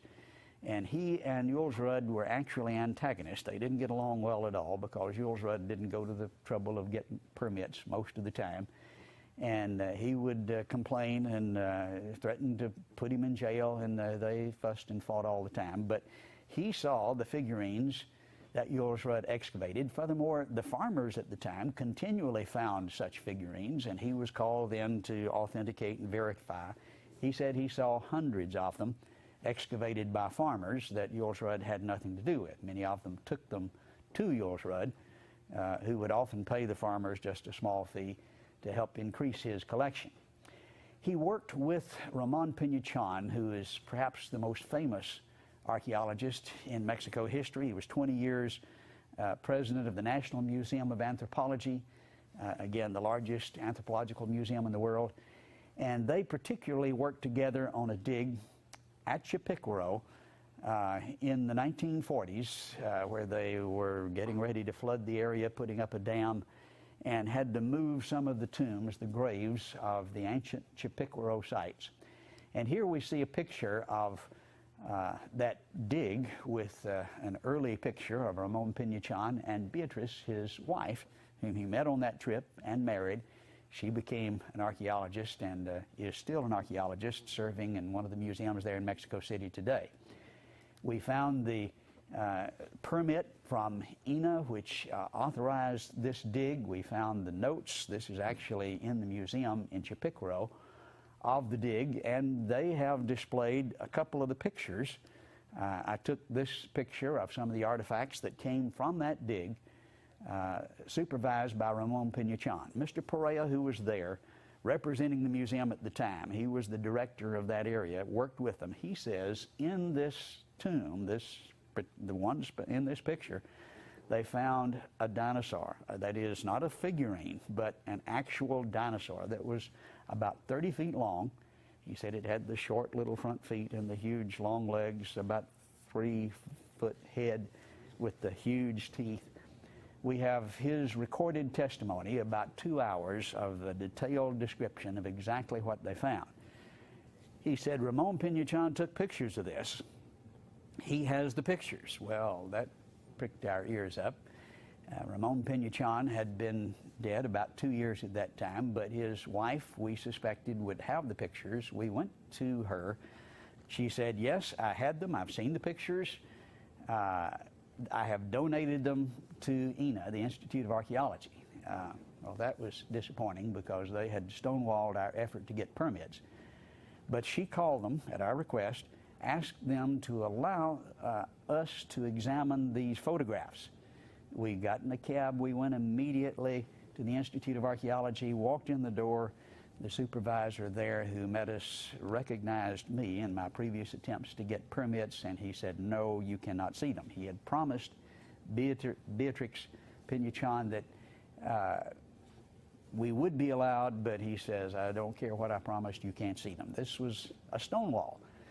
We've run into this several times. That information is there, it's being covered up.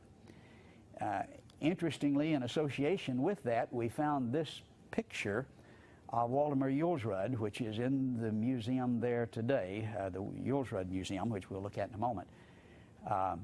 And here he's standing with a large dinosaur bone.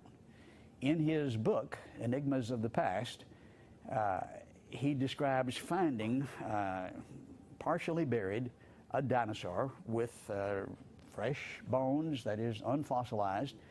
And here he's standing there with one of those bones. And we took the picture to some experts to see if they could identify that. And here we see Brooks Britt of the Department of Geology at Brigham Young University making the comment, the large bone appears to be a sauropod rib.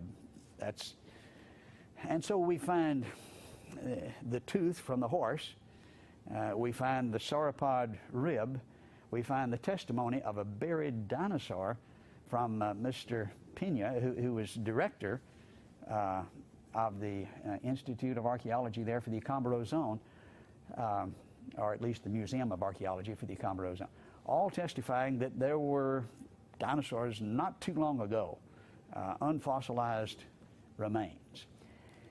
As we look at the incredible variety of styles and materials and subjects of the 33,000 figurines, it's just mind-boggling. I think we're looking at a pig here, maybe. Probably a pig here, but this wasn't made by the same fellow. This is a totally different style.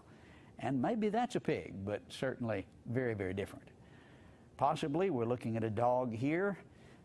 Another one here with his master that looks a lot like Chewbacca. Here's, I guess, a bird, rather stylistically done, and another totally different bird. But the array of styles is just mind-boggling. Professor Collins estimated there were at least 100 different artists that were involved in producing this vast array.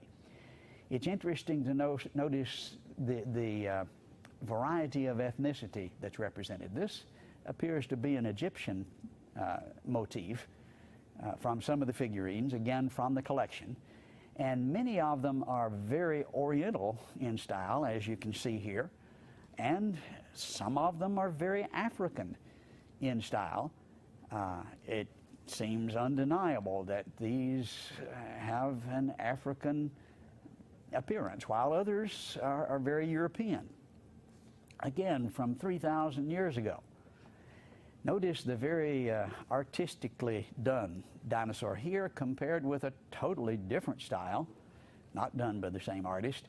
And I don't know who did that, maybe somebody with a nightmare that got scared to death by them. But certainly different styles. Here's a rather stylistic, artistically done dinosaur, very different. Some of them almost cartoonish. Again, totally different styles, different materials, obviously different artists.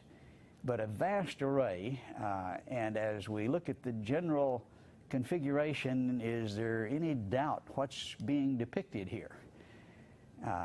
They had to have been seeing the dinosaurs some 3,000 years ago. And here's just example after example. This Diplodocus type looks like it stepped out of a Spielberg movie. Again, if you know dinosaurs, you recognize immediately some of these forms, and though some of them are cartoonish and stylistically done, there's no question as to what we're looking at. Here's the Stegosaurus. This is another one, but a different artist did this one in a totally different style. Again, one after another, you see unquestionable resemblance. Many of them were in the form of pendants with a hole in the center they wore around their neck, again lending credibility to the idea these were to scare off the evil spirits. But we saw literally dozens of these, and many of the figures of the people could be seen with these pendants sculpted in the figurine. Man with dinosaur. How do you avoid the conclusion? Many of them are seen fighting. Sometimes the man's getting the best of the fight, and sometimes and usually with smaller ones. We would assume more juvenile forms. Here the dinosaurs are getting the best of him. Many times with the juvenile forms, as you can see, some of them still showing some ferocity even as juveniles. But the depiction of them fighting together, here the dinosaur getting the best and here the man getting the best, shows the kind of conflict that very likely was going on at this time. Here's one with a spear in his neck, but very closely resembling our modern knowledge of what dinosaurs look like. This one is my wife's favorite. We could go on and on and on. 2,600 of them. On a recent trip to Mexico, we made additional discoveries here at the foot of El Toro. Actually, we didn't do the digging, but this was done by an individual who was digging clay for bricks. He has his own brick factory and permits to take clay from this area right at the foot of El Toro, not far from where Jules Rudd had done his excavations. And he showed us a number of the beautiful vases and figures that he had gotten from the area. And one of them was extremely interesting. This dinosauran type creature is very similar to the Bullosaurus depicted here by Romer. A very obvious similarity, but again, the dermal frills along the back are typical of the dinosaur type. And a number like this were found, and this was done, of course, in about the year 2000, 2002, 2003, continuing the excavation. He continues to find these long after Jules Rudd, of course, has passed away. They continue to be excavated in spite of Ina's strong effort to keep us from doing that. We can't, or we would be in jail because we don't have the permits. But he did have a permit to get them for his brick factory, or at least to get the clay. Now then, these figurines are housed in the Waldemar Jules Rudd Museum there in Acambaro. When we arrived on the scene, they were locked in the back of the police department. As we began to tell them the significance and began to present the evidence and show how they had been verified from various sources, they decided this was significant information, and in spite of Ina's opposition, they put up a museum, and they're very prominently and very professionally displayed, and you can go to Acambaro and see these and hear the story of Waldemar Jules Rudd and see some of the pictures that we've shown you. We see the director of the museum today on the left, together with the wife of an archaeologist who has helped us there, Dr. Swift and myself in front of the museum in a picture taken recently. Now, let's summarize the evidence. There is the radiometric dating, which helps us understand, especially with a variety of examples for a few thousand years. Radiocarbon first, according to Hapgood, some 3,000 to 6,000 years, and then thermoluminescent dating that was consistently at about 4,000 years, or 2,500 BC. And then also a recent radiocarbon dating was done by Neil Steedy, which indicated 1.5 to 4,000, a range. But still, if you have it more than 200 years, again, you have the destruction of the story that's told in the textbooks. Looking at the witnesses and summarizing, there's Waldemar Jules Rudd, who was co-discoverer of the Chipicoro culture, collected over 37,000 artifacts, wrote the book, Enigmas del Pasado, or Mysteries of the Past. Carlos Jules Rudd, his son, who also described excavating dinosaurs with his father, and then the grandson, Carlos Jules Rudd, who described excavating dinosaurs with his grandfather and recorded that testimony beside his grandfather's tomb and showed us examples that he'd excavated. There is Dr. Hinion, physician Guadalajara, that described his excavations with Jules Rudd as a youth and sketched some of the dinosaurs that he found. There is Mr. Espinozo, who is an accountant, who personally took us to the site where he had excavated and also sketched dinosaurs that he had found. There is Carlos Perea, who was former director of archaeology of the Acambaro Zone of the National Museum of Anthropology, who described excavations with Ramon Pinachon, dinosaurs and humans together. And then there's Charles Hapgood, professor of history of anthropology at the University of New Hampshire. He excavated dinosaur figurines under roads, helped excavate under the house of the police chief and under walls, stone walls that had been there for hundreds of years, and wrote the book Mystery of Acambaro, detailing his investigation. Together with Earl Stanley Gardner, the famous author of Perry Mason, a criminologist, a district attorney in the Los Angeles area for 30 years, proved, I think beyond any shadow of a doubt, he certainly claimed so, that the figurines predated Jules Rudd beyond any shadow of a doubt. And then there's the mayor of Acambaro, who worked together with Earl Stanley Gardner, conducted his own 3-month investigation for fraud, trying to find anyone who knew anything about manufacturing these things, and allowed the excavation under his floor. There's Mr. Marinas, number 10, who was the chief of federal police. Guadalajara confiscated over 3,000 of these figurines from 2 who were excavating illegally, including dinosaurs in the collection, and sketched those for us. Now that's a huge collection of witnesses. If you were in court trying to refute the testimony of such individuals, you'd be in serious trouble. There's Waldemar Jules Rudd, there's Carlos the son, there is, again, Carlos the grandson, there's Dr. Hinion, there is the accountant, Mr. Espinoza, there's Carlos Perea, the director of the Acambaro Zone for the National Museum, there's Charles Hapgood of the University of New Hampshire, there's Earl Stanley Gardner, author of Perry Mason, the mayor of the city, and then the chief of the federal police. That's an impressive array of witnesses, and they all testify to the authenticity of these figurines, that Jules Rudd certainly was not the author. They were there long before he was. I think the conclusion is absolutely inescapable, that humans and dinosaurs live together.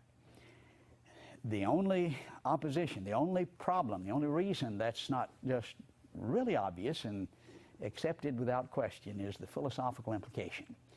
Nova did an investigation of some of this material, produced the brief video, God, Darwin, and the Dinosaurs, in which they discussed the subject, dinosaurs side by side with humans, particularly with reference to the evidence at Glen Rose, Texas. But they showed clearly the implications, saying finding them would counter evidence that humans evolved long after dinosaurs became extinct. Now that's the fundamental conclusion that they will deny and will not accept, and back up the claim that all species, including man, were created at one time. Now that's the significance, according to Nova, and I think they're absolutely correct.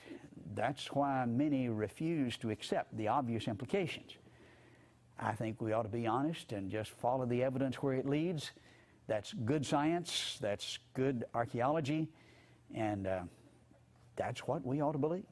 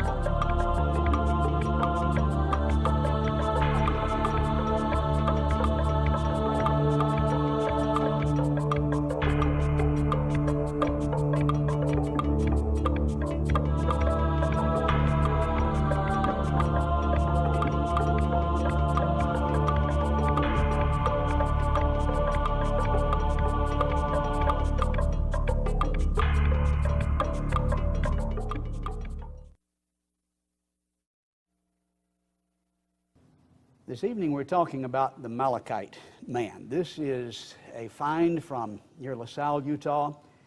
This has been controversial because it's a find that's not where it is supposed to be according to the evolutionary scenario. humans in the same layer with dinosaurs. They're supposed to be 100 million years apart, and they're found together, or at least in the same geologic horizon.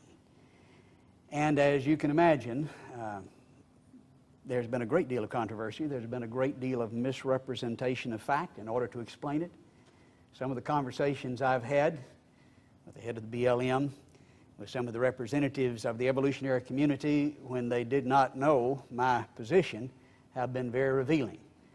The head of the BLM there at Moab called this a tar baby, and he was making sure that they were getting rid of it. They were shipping it off to the Smithsonian for it to be hidden. And the Smithsonian does a good bit of that. If you saw the last scene of Raiders of the Lost Ark with all of those boxes back in the back of the museum, there's a lot of reality to that. But we want to see if we can find out what the actual facts are. Many of the people who do the talking and writing and attempting to refute this material have never been to the site, know very little firsthand about it. I have made over a dozen trips to the site, and some of them weeks at a time. And I can tell you what's there. I can show you what's there. The real problem involves, of course, the story that's told by the geologic column. And I want to talk about that a little bit in the beginning, because that's where the rub comes. We see the dinosaurs are supposed to be separated from man by at least 65 million years. In this case, about well over 100 million years. And this scenario is supposed to represent the evolutionary picture that is recorded as time developed, as the layers were laid down, recording the development of life like a tape recorder would record a speech over millions of years, the development of life. And this is supposed to be what you find when you dig down in the earth. Leighton Judson, which is a standard geology textbook, physical geology, says because we cannot find sedimentary rocks representing all of Earth time neatly in one convenient area, we must piece together the rock sequence from locality to locality. And many people think that when they see this geologic column, beautifully represented in the textbooks, this is what you find. But you cannot find all of this in one convenient area. It has to be pieced together or correlated. The process of tying one rock sequence in one place to another in some other place is known as correlation. It's co-related based on presuppositions, not necessarily where it's found, but often philosophical presuppositions. But we want to make the point, as emphasized here in the Encyclopedia Britannica, the end product of correlation is a mental abstraction called the geologic column. It's not, if you pardon the pun, concrete. It's not in the rock. It is a mental abstraction that is constructed or correlated. Derek Eger answers the misconception that some people would have, well, you can easily build this by dating the rocks and then you stack it according to the dating. When he made this statement, he was president of the British Geological Association, writing in New Scientist. He said, fossils have been and still are the best and most accurate method for dating and correlating rocks in which they occur. How do you correlate, determine which goes on top and which goes on bottom, piece together this geological sequence? By the fossils. And then he says, I can think of no cases of radioactive decay being used to date the fossils. That is, in terms of correlation, to determine which goes on top and which goes on bottom. It's the fossils. Well, now, how do the fossils allow us to correlate? Well, let's let the evolutionists describe how this happens. Putman and Bassett, in their geology textbook, express it this way. A rock that had an early form of an organism was clearly older than rocks containing later forms. Now, notice the assumption of evolution in the description. This is a, quote, early form. Well, since it's an early form, then you know where to put it. If you're an evolutionist, don't you? Where would it go? It wouldn't go on top. Furthermore, all rocks that had the, quote, early form, no matter how far apart those rocks were geographically, would have to be the same age. Why? Because of the assumption that they lived at this time, and then millions of years later others lived, and you stack it according to that assumed sequence.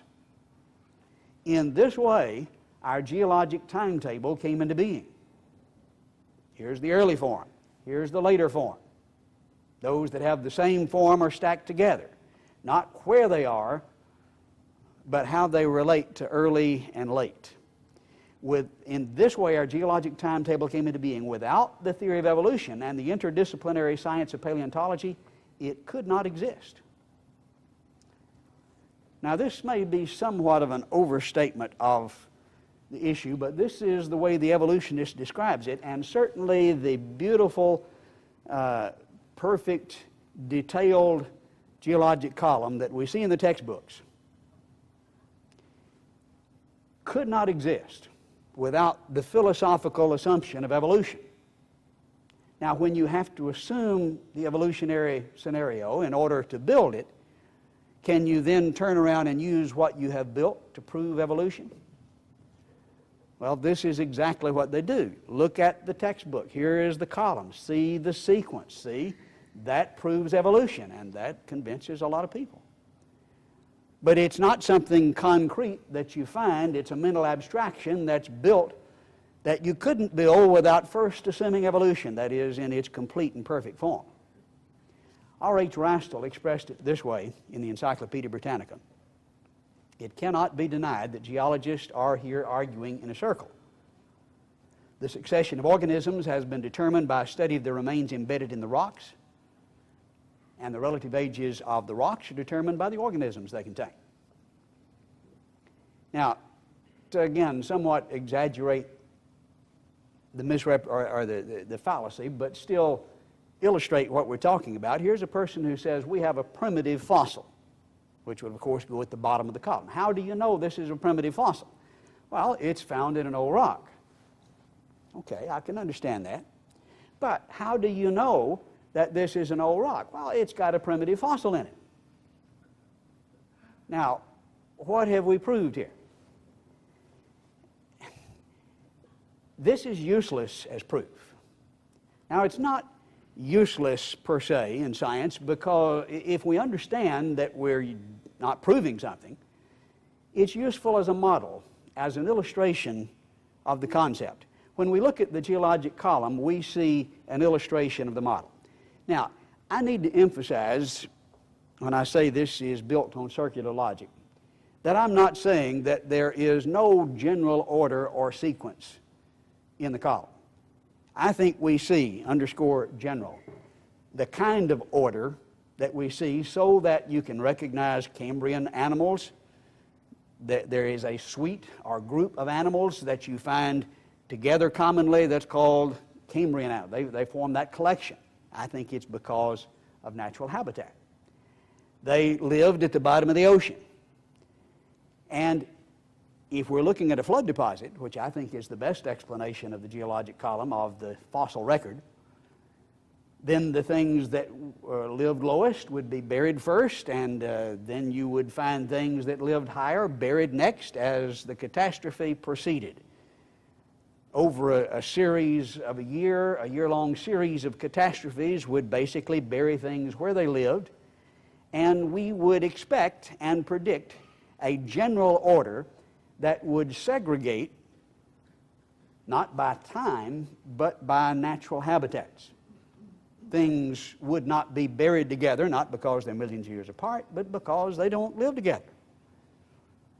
Normally today, you don't find bears and lions buried together, though they're similar in a lot of ways. Both mammals, they don't live in the same places. You certainly wouldn't expect lions to be buried together with a coral reef because of the imposition of natural habitats. And so we see a general order, but the order that is described here in the textbooks is grossly misrepresented, skewed, and distorted. I can say that for a number of reasons. Apart from the circular logic to build the detail that we see in the beautiful column, we see the fact that most of the fossil record is clams. They're marine invertebrates. It's just clams, and more clams, rather than these impressive vertebrates that we see generally represented in the geologic column. These are the index fossils that allow you to identify the particular layers, and they're typically marine invertebrates. 95% of all fossils are marine invertebrates. Now, you don't hear that in most geology classes. Somebody might get the idea we're looking at a marine catastrophe here. That's not told. Of the remaining 5%,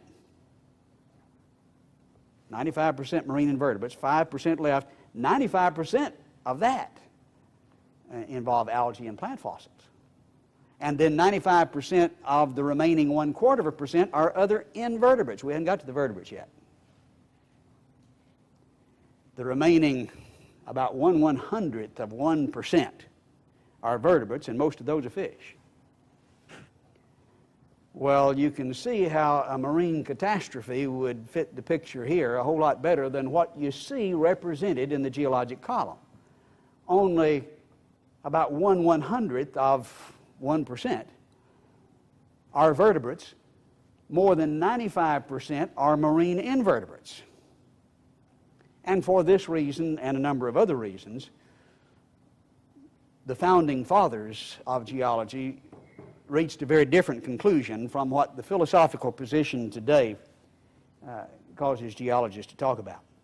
Nicholas Steno is known as the father of modern stratigraphy. He's a hero in all of the geology textbooks. If you want to pass stratigraphy, you have to memorize his 12 axioms. When I was lecturing there at A&M recently, we mentioned this, and the professor said, yes, we all know that, and the teacher rattled off all 12 of them. But she had no idea what the basic thinking about geology was from Nicholas Steno. But quoting from Evolution of the Earth, a standard geology textbook by Dott and Patton, we read, besides correctly interpreting fossils, Steno drew some even more important conclusions about the strata in which they occur. The result was the formulation of the most basic principles for analysis of Earth history. He showed great insight. Now, remember that he showed great insight. He understood the geologic record and wrote the rules that we're still using today. He continues saying, Steno's axioms provide the ultimate basis of practically all interpretation of Earth history. All interpretation of Earth are right there in his axioms. So the importance can hardly be overemphasized. What they don't tell you is what I saw in one of the original editions of his book when I was doing work at Cambridge in England, where that early edition was open to the fly piece dedicated to the proof of the Noachian deluge. He believed it was done by a year-long series of catastrophes. And he understood it well enough to explain all the basic principles. Virtually all interpretation of Earth history is in his description, in his axioms. Oh, this flood geology business is nonsense. It won't work. Nicholas Steno is a very eloquent and powerful refutation of that nonsense. And that's a nice way to put it. Building on that work, along with others intervening, Henry Morris, John C. Whitcomb wrote the book, The Genesis Flood, which I think was the most influential factor in spawning the creation movement. And by the way, we have his daughter with us tonight, Henry Morris' daughter. They attend here with us regularly from time to time. We're not mentioning this just because she's here, but this is in my lecture all the time. I didn't add it just for you. I think it's very interesting to look at the foreword to this book, written by John C. McCampbell, who's professor and head of the Department of Geology at the University of Southeastern Louisiana. He's an evolutionist, but he wrote the foreword to this book, which explains geologic history in terms of the catastrophic Genesis flood.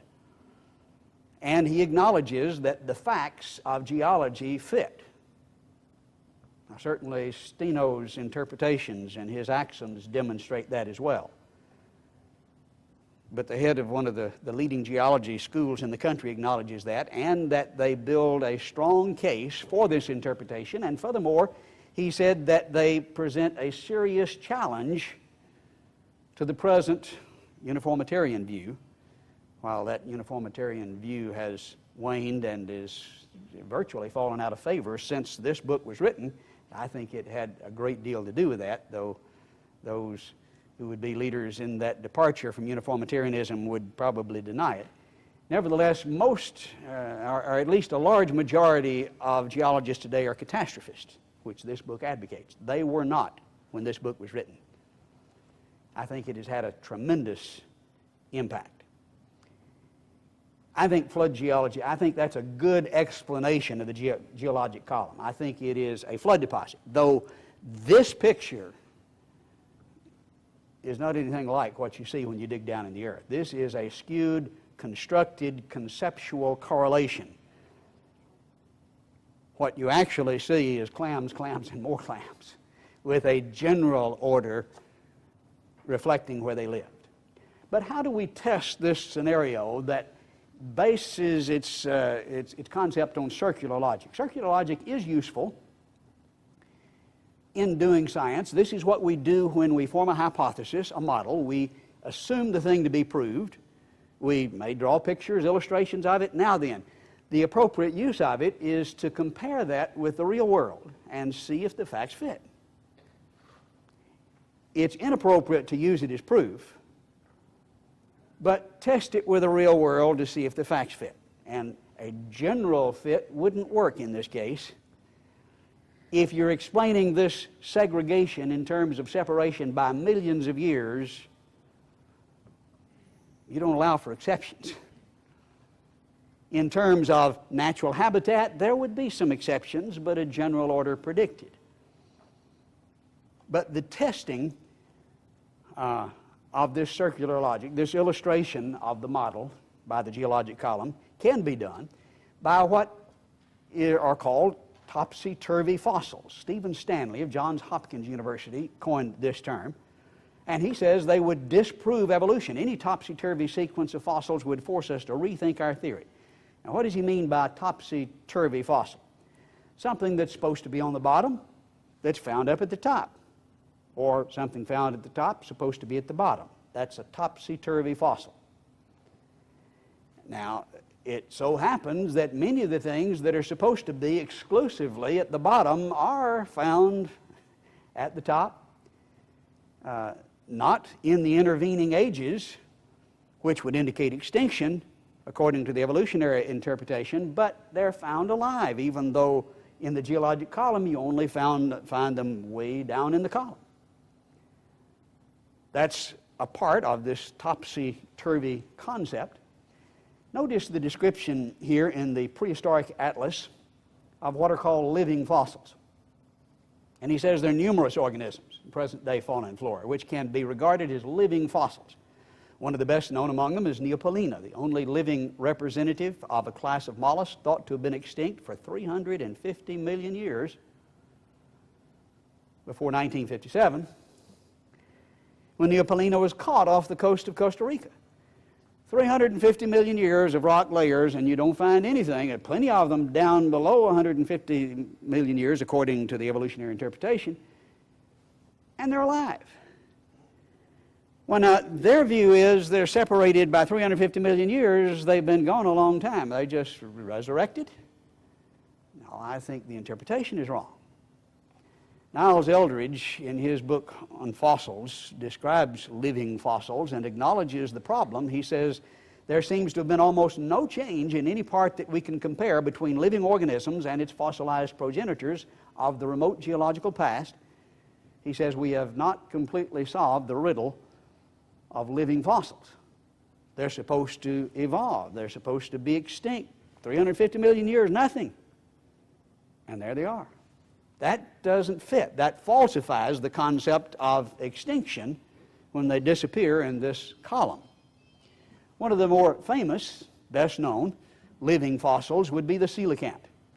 This is a rather strange-looking fish that was once thought to be of perfect length. These lobed fins look maybe like they're growing into legs, except we found them alive and found out they're just real good fins and allow them to turn on a dime, and excellent swimmers. Here in the book, Living Fossil, by Keith Thompson, who was president of the Academy of Natural Sciences, it says, off the coast of southern Africa in the winter of 1938, a fishing boat with the Nyrene, called the Nyrene, dragged from the Indian Ocean near the Chaluma River, a fish thought to be extinct for 70 million years. Which happens to be the time of the extinction of the dinosaurs, virtually. The fish was a coelacanth, an animal that thrived concurrently with the dinosaurs. What's the evidence for the extinction of the coelacanth? Exactly the same that you have for the extinction of the dinosaurs. For 70 million years, no fossils. They went extinct, according to the interpretation, since you don't find them from that point on up. We have found over 600 of them now. And in fact, 2 more populations have been recently found. Another excellent example is the horseshoe crab. We're looking in the upper portion of a modern horseshoe crab, which is very common. When I lived in Panama City, you could just see them all over the place out there. They were a nuisance. And here is the fossil down in the lower part that looks for all the world just like it. Keith Thompson describes this. He said the first members of this group appeared some 424 million years ago in the Silurian and looked quite like modern forms. The last fossils became extinct about 50 million years ago. I'm sorry, fossils don't become extinct, but I know what he means. We find them as fossils, according to their interpretation, 50 million years ago, and nothing since then. And they're just all over the place. They're not even rare, to say the least. And there are hundreds of examples. Sometimes, when we know those things happen and are common, they just, you don't worry. The logic, though, falsifies the concept. There are so many of them, they just seem to get numb to that. But some of them really aggravate. How many know what we're looking at here? The little hacksaw blade critters are very important fossils, especially for petroleum geologists. These are graptolites, and the various species allow you to identify a certain level. They lived, I think, at different temperatures and at different environments in the ocean, and allow petroleum geologists to order their search. But notice the statement by Sue Rigby of the British Geological Survey, writing in Nature, all paleontologists dream of finding a living fossil, and in reality it would be a nightmare. But Noel Dilley, they say, it seems, has done so, as graptolites are arguably the most important zone fossils of the lower Paleozoic. In other words, when you find this one, that says 570 to 360 million years. That's the way you determine that layer. That's how you correlate. When you find that, you know that's at least 360 million years ago. They found them alive. What are they doing alive? Doesn't that falsify the concept of extinction when they disappear in the column? I just think they lived there. They didn't live higher. And when the flood deposit buried them, they didn't live any higher and didn't get buried any higher. And so the fact that they're still alive doesn't surprise me a bit. It fits our view perfectly. It does not fit theirs. Notice the recent statement. This is just about a year old in Science. A bunch of sea urchins turned up in the Cretaceous like a big penny millions of years after they were believed to have gone extinct.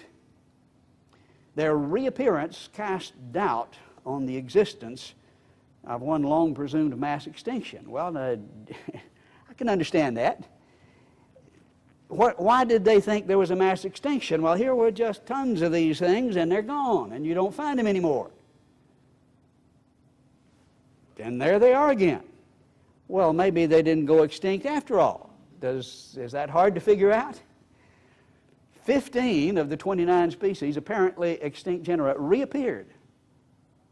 Another 7, so much like them, later appeared.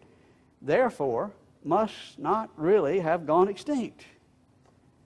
You think? Isn't that pretty obvious? the idea of extinction when they disappear in the column is falsified over and over and over again, and it's in every textbook you can pick up on geology. They just repeat it over. Doesn't matter what the evidence is. The topsy-turvy fossils refute, but there's so many of them they've just apparently become numb. We'll look at one more here, at least one more. David Noble was out on a holiday hike when he stepped off the beaten path into the prehistoric age, standing amid trees thought to have disappeared 150 million years ago. Puts him right in the middle of Jurassic Park. The discovery is the equivalent of finding a small dinosaur still alive on the earth, said Carrick Chambers, director of the Botanical Garden. Wouldn't that be neat to find us? What's the difference? Not a bit. We do that all the time. And it wouldn't surprise me if we were to find a dinosaur still alive. What's the evidence that they're gone? Same evidence for the coelacanth. Same evidence for this tree. And so how do you know they won't find it? You don't know. There is good evidence that you don't know, in spite of what they claim. Interestingly, we do have some, appear to be very credible eyewitness accounts of something like a brontosaurus in the Congo, Makili-Mbombo.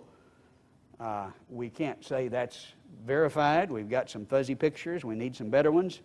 There are several expeditions making that effort, and by the way, a number of evolutionists who are spending millions of dollars in that effort.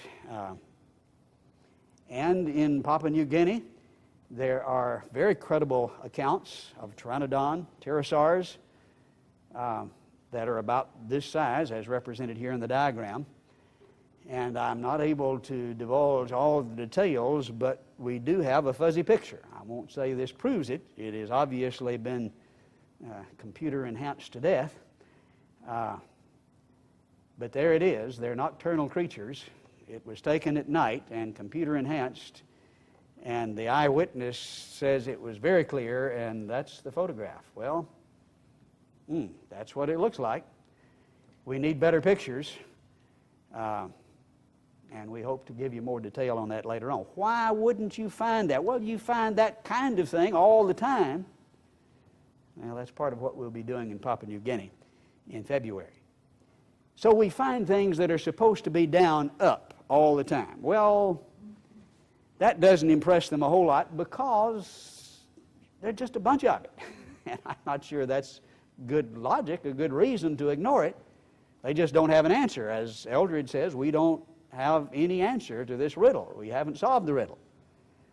But they do acknowledge that if you do it the other way, what's supposed to be up, down, that would be good evidence. But then they do a lot of tap dancing there as well, as we'll see. But this is where they say you should really concentrate. If you want to test the model, the theory, then you find things that are supposed to be up, down. Notice the way it's described by Richard Dawkins in his book, The Blind Watchmaker. We should be very surprised, for example, to find fossil humans appearing in the record before mammals are supposed to have evolved. Humans before mammals, that's what's supposed to be up, down. If a single well-verified mammal skull were to turn up in 500 million-year-old rocks, our whole modern theory of evolution would be utterly destroyed. Now, that's a pretty flat-footed statement, and you might wonder why he's saying that, but there's a good reason for that. One of the primary criterion of science involve falsification or testability.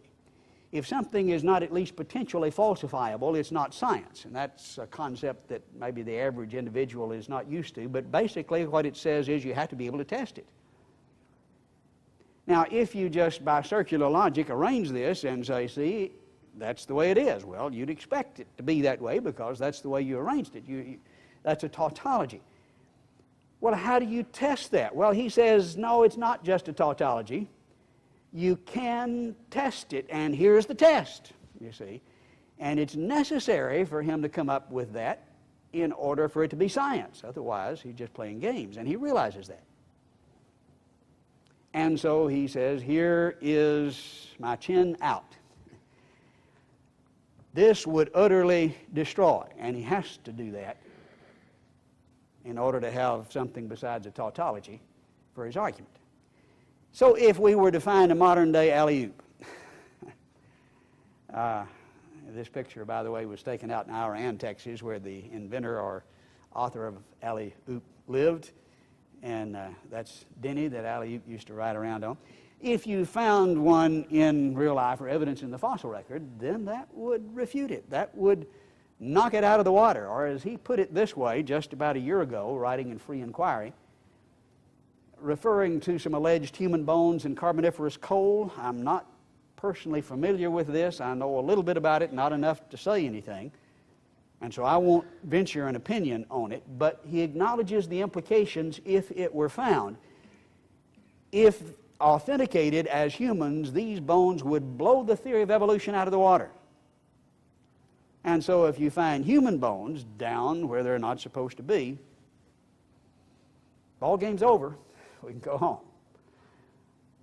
Evolution would be wrong, according to the leading authorities, who are often more scientific in their thinking than the average individual. Well, that's what we've got, almost precisely, with the Malachite man. Here we have human bones in the lower Cretaceous, the Dakota sandstone, found back in the early 70s.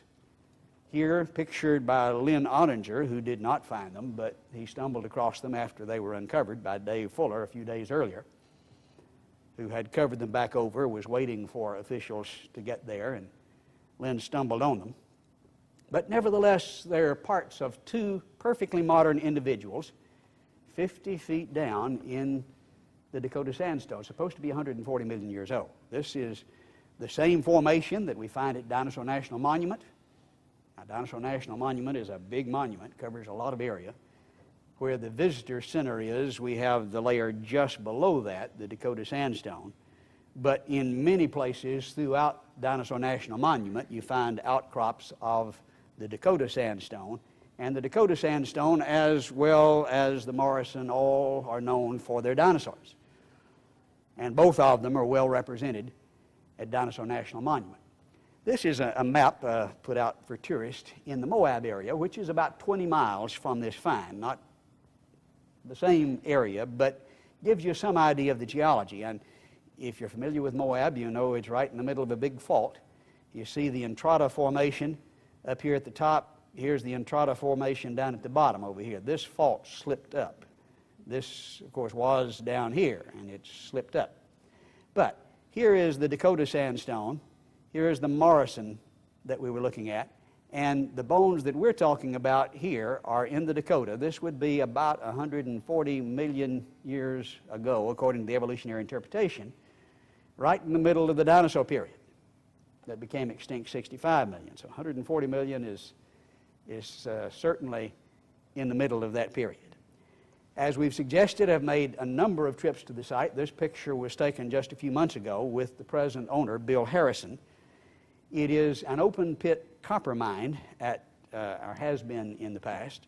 Bill is now taking the azurite and malachite nodules from the site. This shows a wide area, and unfortunately many people who go there don't back up and look at the broader geologic context. We can see the layers going all the way across here, and we're looking at three different levels in this picture. This excavation was done during the mining operation of the 30s. They got to very hard rock, which you can see here at the edge, the bottom extent of that excavation that was tearing up their bulldozers, and so they stopped, even though it was a very, very profitable copper mine at the time. In the 70s, they began again and came on down, and this excavation, the second level, is the result of the excavation in the 30s, taking it on down some 50 feet. The road level is still down further than that. That road was excavated in the 30s. And it was at this site, 50 feet down, that these human skeletons were found. Dave Fuller was driving the bulldozer. Actually, his father drove the bulldozer for the excavation back in the 30s. And he, at the time this picture was taken, was head of San Juan County Roads. He's now retired. But he showed us where, when he was driving the bulldozer, he came across these bones. He said there were no broken layers, it was completely undisturbed, and he had taken it down some 15 feet from the point at which they had stopped in the 30s, so that he was down a total of about 50 feet at that point. Here with Bill Harrison, he described in detail exactly what happened and the entire context. Here is a profile, a side profile. We see the road cut. We were taking the picture from over here a moment ago. And this is the way it looks at present. This is where the skeletons were found. Now this was the original excavation. This was the excavation of the 70s. This is the road cut in the 30s. Now this is a picture from that perspective. Go back up and see, here's actually this portion of it that you'll be able to look at. We're not looking at the road cut in that picture. Here is the upper section where the 30s excavation was done. This is the 70s section here. So you can see the two-tiered effect, mining operation of the 30s and then of the 70s here from the side. And this is the way it looks in profile. Prior to the excavation of the 70s, and just months before the find, it looked like this. And there, the skeletons were somewhere between 15 and 20 feet down from the surface of the 70s excavation, and of course still further down from the excavation of the 30s. 150 feet from the road cut. Typical of the Dakota sandstone are extremely hard sandstone layers and then semi-lithified layers. You can dig in it with a pocket knife. It's certainly much more than loose sand, but it's rock, and it certainly qualifies as that, but it's not extremely hard in between, and they're alternating layers. And if you know anything about the Dakota sandstone throughout the area for hundreds of miles, that's typical of the Dakota sandstone, alternating hard and semi-lithified sandstone. Before 1930, when the road was cut, before they began the mining operation, this is the way it looked, and at that point, the skeletons are 50 feet down in the Dakota sandstone, 150 feet from the road cut. Prior to the road cut, it looked like this. And the road cut was formed, as we've suggested, in 1930. And you can see the continuing layers on the other side of the road picking up right where these layers left off. We acquired an aerial photograph of the area that was taken about the time of the road cut, just shortly afterwards. Here is the property owned by the mining company. This is the road that was cut in 1930.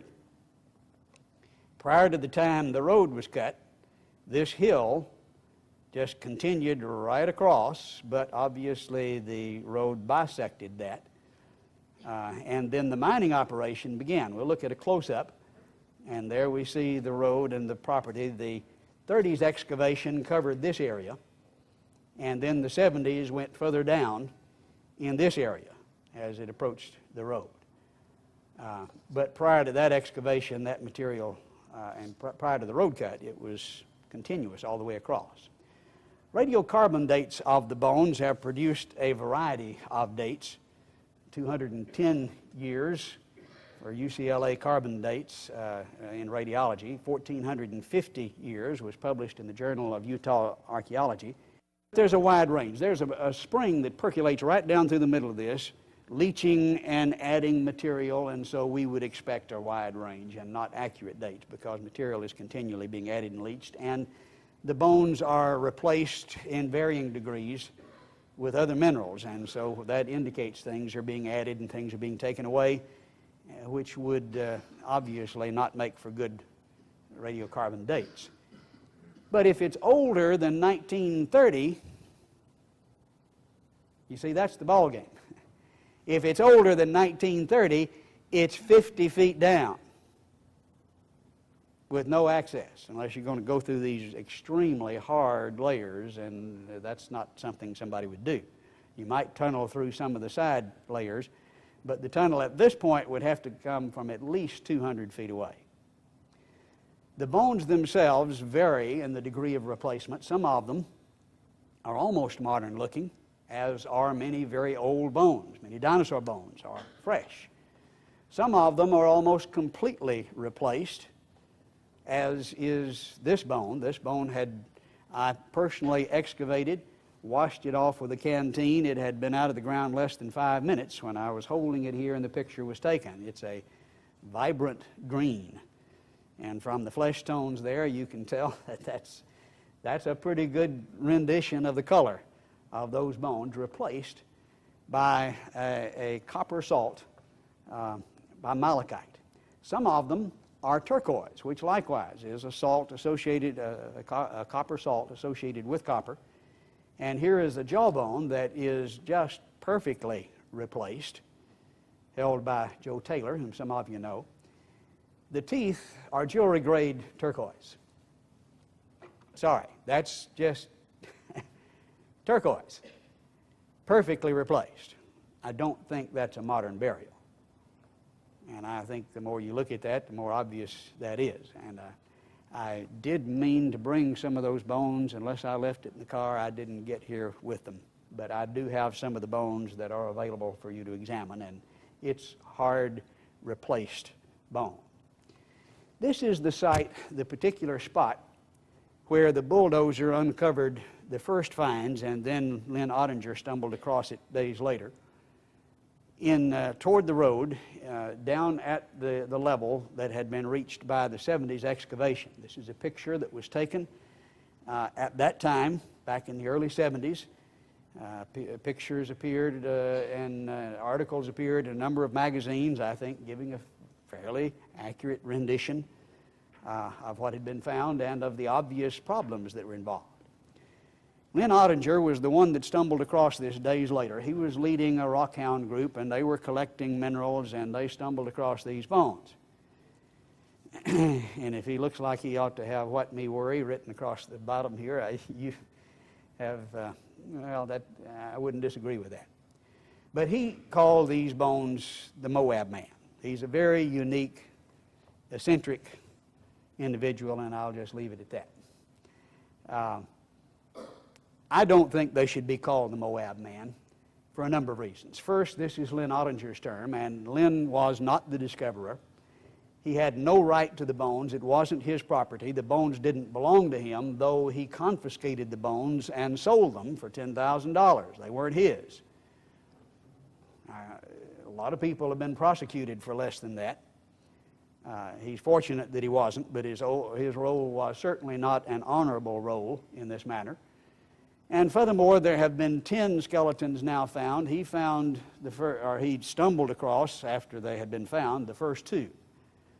And so he's completely unrelated, not directly, it wasn't the finder of the first 2, and completely unrelated to 80% of the find. And so I don't think he is a principal in this matter at all. And furthermore, they're not that close to Moab. There are lots of cities closer. LaSalle would be by far the closer. It's about 4, maybe 5 miles away. Moab is well over 20 miles away. And therefore, I think it's appropriate to disassociate the bones from Lynn Ottinger and the term Moab Man. Now, here's my wife holding the same bone in the same spot. The Creation Evidence Museum has the exclusive excavation rights that they have acquired from the owner of the property. They have designated the bones the Malachite Man. They're stained and replaced with malachite. And I think that's a much more appropriate designation for the reasons we have suggested. This is where the 70s find was. The finds of the 90s, where the rest of the bones were found more at this location. And the entire site of where they were found is at roughly the same level, but over an area 50 by 100 feet. So it's a very broad area where they're found, not in one spot. This is a picture taken by some of the archaeologists who were involved in the excavation of the 90s that I obtained from the BLM, the Bureau of Land Management. The blue flag there in the center shows you the spot where 2 skeletons were found. And also you can see the undisturbed nature of the rock in which they're found. Looking at a closer view, you can see actually some of the bones sticking out of the ground here at this spot. There's another skeleton over there where they're working. But this is typical of the undisturbed, semi-lithified middle layer, if you please, of the Dakota sandstone. Looking closer, you can see she's excavating this bone that is embedded in the rock. Here we see she's taking it down further, and now we see another knee over here showing up. This is one of the few, actually only 2 were articulated. They weren't completely articulated. The lower portion, that is, was together as in life. Most of them were just bones piled into place, not articulated. But this one was. We can see the pelvis here. And this shows the process of revelation as the rock was moved away. Here she's brushing away some of that which has been excavated. Here's the femur, the foot. Here's the pelvis over here. And then as it's further excavated, you can see the pelvis still embedded in the rock. Here is the second leg behind here, still even more embedded, as this one is being disclosed. Now, as you look at the previous pictures, you can see the process. Here is where it started, and they begin to uncover taking this out of the rock, and you can actually, as it were, be there and see this being revealed. This was the nearby skeleton. I say skeleton. This is a pile of bones. These are not associated. These 2 may look like they go together like a knee. This is a femur, but this does not go with the femur any more than these 2. These were just washed into place, and this is a pile of ribs, not necessarily oriented as in life, but in general, but not certainly not articulated, which is typical of most of the finds. This is the hole that was left when those 2 skeletons were removed. Again, you can see the undisturbed nature of the semi-lithified rock out of which they were dug. They were entombed in that rock, and they were excavated from that rock. These pictures were not mine. They were from the BLM pictures that they took of the excavation. I took this one earlier this spring. This is that spot. It's been cleaned up, and the backhoe marks can be seen there, but it does reveal the context. He's standing right about the spot where those skeletons were found. They haven't taken it further back. They're hoping to. They've got to remove the top. It'll cave in on them if they don't. But this is rock. You can also see the harder layers up above. This is what the bulldozers ran into. This is the base of the 30s excavation. And this, of course, is the base of the 70s excavation and the spot where the skeletons were found. We took the bones to William R. Maples, who's perhaps, or was perhaps, the leading forensic anthropologist in the world. He wrote the book Dead Men Do Tell Tales. He was famous for cracking the Bundy case. His lab was in charge of all the Vietnam remains. He was the one who identified Anastasia, her bones. Perhaps the most famous forensic anthropologist in the world. He established and ran until his death the C.A. Pound Human Identification Laboratory as a part of the University of Florida, part of the museum system there. And he agreed to and did examine 2 of the skeletons that we carried to him. He says, in answer to the objection that some had made, these were just Indians that had been buried, if buried before 1930, 50 feet down through those hard layers, which wouldn't make a lot of sense, but that's the claim. He says the skeletons show no conclusive Indian characteristics. There were some that you could point to, as some had, but you see that in the general population, and anyone, he says, that says these are necessarily Indians just doesn't know what they're talking about. That isn't the case. He also pointed out that the skeletons had no collagen in them, and that's a quick and dirty way to determine if they're hundreds of years old or thousands of years old. You take a match, you light the end of it, you smell. And he said there was no collagen there, which would indicate thousands of years as opposed to hundreds of years. This was also confirmed recently by Mike Armitage in a journal publication using a scanning electron microscope, showing that there was no collagen in the bones, which would certainly indicate that it wasn't a recent burial. Well, how do we explain this? What's the most reasonable explanation? You've pretty well assimilated the facts. Is it a mining accident? That's probably the standard answer that's being given today. Well, there's some very obvious negative indications of that. First, there's no evidence of tunnels. Zip. Nada. It's not there. I had one archaeologist point to what was a solution cavity that was produced by the spring in the middle. It wasn't associated with the bones, wasn't anywhere close to them, and it was maybe 3 feet in diameter and went back maybe 3 or 4 feet into the cliff. But it was a solution cavity and certainly not a tunnel, and certainly it would go in the wrong direction, and I don't think they were really serious in their proposal. You would have to have a tunnel 200 feet long, and you'd see evidence of that somewhere. They're dispersed over the wide area of 50 by 100 feet, which doesn't sound like a group huddled together in a mining accident. If it happened after 1930, we would have known about it. 10 people killed in a mining accident after 19. I don't think you'd have had something that obscure that nobody would have known about. If it was before 1930, then you'd have to have a tunnel 200 feet long, and there's no evidence of it. And the one who was driving the bulldozers just devoutly affirmed that there was no cracks, there was no break in the layers anywhere. There were 4 females and an infant in the total of 10, which doesn't sound like a mining operation, does it? Sound like a group of people that got caught in a catastrophe, washed into place. There were no crushed bones. If you got a mining accident, you got crushed bones. No tunnels, widely dispersed. The tunnel would have to be 200 feet long, no evidence of it. An infant, 4 females, and no crushed bones. As we say in Texas, that dog just won't hunt. That just won't fly as an explanation. And, top it off, no tools. Been all kind of screening. You saw some of the screens that were there in the foreground of the excavations in the 90s.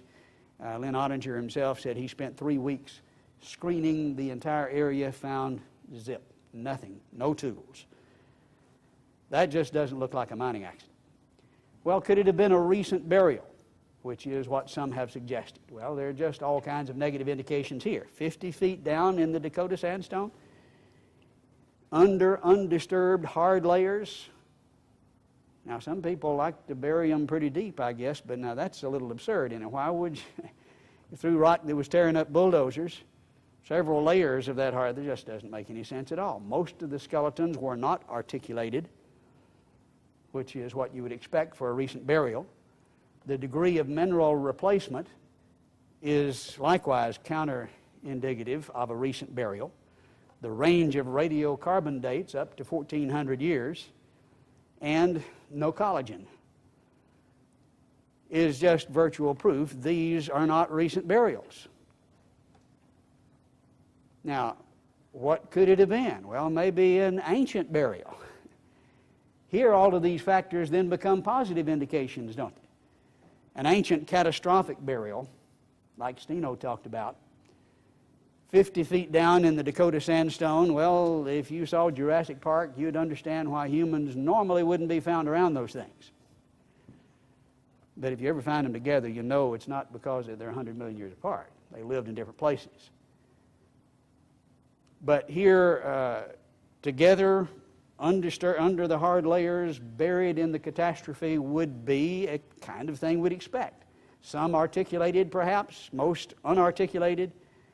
The fact that there's no collagen and the range of radiocarbon dates is exactly what we would predict. That model fits. A catastrophic ancient burial, not recent, fits this picture. In fact, maybe we can best explain it with a cartoon I saw the other day that looked like this. These were them that were buried in the catastrophe that missed the boat.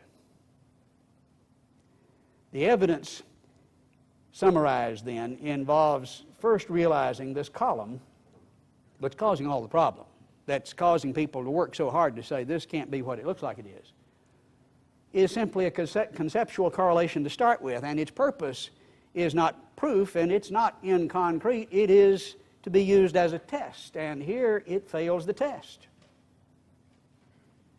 Living fossils abundantly falsify the concept of extinction, which is fundamental to the building of that column. And the evolutionary progression is falsified. This is the chin-out test, the potential falsification for the theory as proposed by Dawkins. And it is falsified by the Malachite man, where we have 10 humans in the layer, not dinosaurs at this place, but in that layer, a good ways away, certainly up at Dinosaur National Monument in the same layer. And by the way, the fact that that layer continues for over 1,000 miles is also indication of a catastrophe, not of local extent, but continental extent. Likewise, the Morrison Formation is thousands of miles in extent. These are continental layers. They're not local deposits. And some of them are literally global and can be traced around the globe. Fossil footprints of man and dinosaur are found the Burdick Tract, the Taylor Trail, the McFall Trail, some of you have heard us talk about, from Texas, New Mexico, Utah, Turkmenistan. Indian dinosaur petroglyphs likewise falsify the evolutionary progression from Utah and Colorado and Arizona. Peruvian and Mexican dinosaur artifacts in the form of burial stones, pottery, fabric, figurines, the cat track some of you have seen, the fossil finger, the iron hammer. There's just all kinds of evidence that falsify this evolutionary progression, and it should not be a surprise because it's not in concrete to start with. It's there to test. Okay, we test. It doesn't work. There are contradictions. A general order, as we would predict, but the exceptions falsify the idea that they're segregated by millions of years rather than by habitat. I think Dawkins' criteria is met, and it's falsified. He says if a single well-verified mammal skull were to turn up in 500 million-year-old rocks, the whole modern theory of evolution would be utterly destroyed. Well, mammal skull, let's just take a whole mammal skeleton, 10 humans, not 500 million years, but as he acknowledged, even from the Carboniferous, human bones would blow the theory of evolution out of the water. It is falsified by the very criterion that he sets forth. Stephen Stanley, that we referred to earlier, made this statement in detail, and let's conclude looking at what he had to say about it. He talked about the topsy-turvy fossils. Let's look at the context of that statement. He said there's an infinite variety of ways in which, since 1859, the general concept of evolution might have been demolished. Consider the fossil record, little-known resource in Darwin's day. The unequivocal discovery of a fossil population of horses in Precambrian rocks would disprove evolution. More generally, any topsy-turvy sequence of fossils would force us to rethink our theory, yet not a single one has come to light. And, of course, won't until he looks. We've invited him to Glen Rose. We've invited him out to Utah. He refuses to come. He continues saying, as Darwin recognized, a single geographic inconsistency would have nearly the same power of destruction. You don't have to have a whole lot. He said just one. Darwin said the same thing. But these are his terms: destroy and disprove, power of destruction. That's the effect. Blow it out of the water. These are their descriptions of the implications of these finds. And there's lots of it. There's much more than a single inconsistency. Nova put it this way when they were talking about the footprints at Glen Rose and the possibility that it indicates man and dinosaur were together. Finding them side by side, what does that mean? Well, finding them, of course, they say there's nothing like it there. They have to because they understand the implication. Finding them would counter evidence that humans evolved long after the dinosaurs became extinct and back up the claim that all species, included man, were created at one time. I think we caught them in the truth. They understand what it means. Well, you can decide for yourself if we have well verified the find. I think it's as verified as any find could be. We have a lot of evidence, and the implication of that evidence is that evolution is falsified. And as Nova acknowledges, that creation is verified, that the idea that they're all together at the same time fits the evidence. All right, we'll conclude at this point.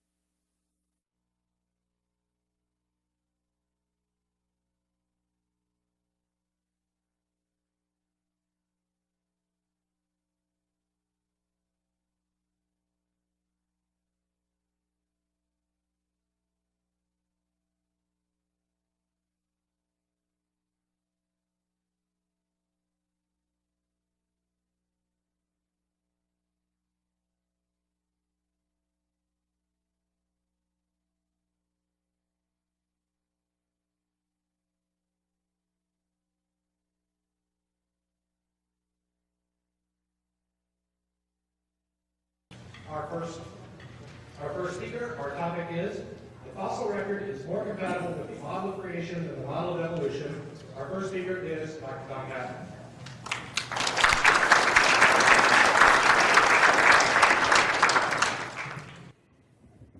We thank you for coming. We thank you for the opportunity to be here and to address this group, providing the room for us, and we appreciate that. The fossil record is one of my favorite subjects and has been for a long time. As a geologist, I've been accused of having rocks in my head from time to time, but we enjoy that kind of thing. Many people foolishly believe, at least in my estimation, that the fossil record belongs to evolutionists and supports evolution. My experience, my evaluation of the evidence is that is by no means the case, but rather that the fossils provide direct positive evidence for a sudden complex beginning. But first, if we're going to find evidence for evolution, we have to have evidence from the fossils. This is where it's at, if you please. S.M. Stanley of Johns Hopkins University made this statement: it's doubtful whether in the absence of fossils the idea of evolution would represent anything more than an outrageous hypothesis. The fossil record, and only the fossil record, provides direct evidence of major sequential changes in the Earth's biota. Obviously, there's evidence in other areas, but direct evidence that would support a firm conclusion, I think, would have to come from the fossils. But let's also notice this about evidence from the fossils from John Horner. Many of you saw Jurassic Park. The character that film was based on, the fellow digging up dinosaurs up in Montana, was Jack Horner. He says in his book, Dinosaur Lives, paleontology is a historical science, a science based on circumstantial evidence after the fact, and we can never reach hard and fast conclusions. History doesn't reach the kind of conclusions that hard science reaches. He says these days it's easy to go through school for a good many years, sometimes even through college, without ever hearing that some sciences are historical or by nature inconclusive. So this is the evidence, the only direct evidence, but it's not conclusive evidence even so. But I think there's a strong indication given from the fossil record. One of the ways to compare contrasting models is to make predictions and to see which one is fulfilled best when we look at the actual evidence. Regarding the fossil record, there are obviously very dramatically contrasting predictions that would be made by both. The evolutionist, when he's looking at the beginning of the fossil record, which would probably be the most critical aspect of it, would predict a simple, gradual, linked group of fossils at the beginning of the fossil record, whereas the creationist predicts exactly the opposite, a complex, abrupt, diverse group at the beginning. Now, those two are so dramatically different that we should have no trouble looking at the fossil record to see which one is served best by the evidence. In the continuing record, the evolutionist would predict similarities, branching pattern of similarities due to common ancestry, an allied continuum, a progression, one leading to the other, whereas the creationist would predict similarities due to common designer. It's reasonable to expect similar forms or common forms from a common origin, common designer, similar forms for similar functions. But it would be in a mosaic pattern, not a branching pattern, as the designing artist would put a blue tile here and a blue tile there, depending on whether it's needed, but not connected or branching. They would be separate and distinct. Stasis would be the order of the day rather than progression. That's how you would distinguish between what's going on in terms of evolution. That's different. Again, you should be able to look and tell which one is served best by the evidence. Well, how will we look and tell? I can tell you what the fossil record is, the nature of it, and many would say, well, you're prejudiced as one who believes in creation. The method that I'm going to be using is that of quotes from the antagonistic witness, from those who are devout believers in evolution.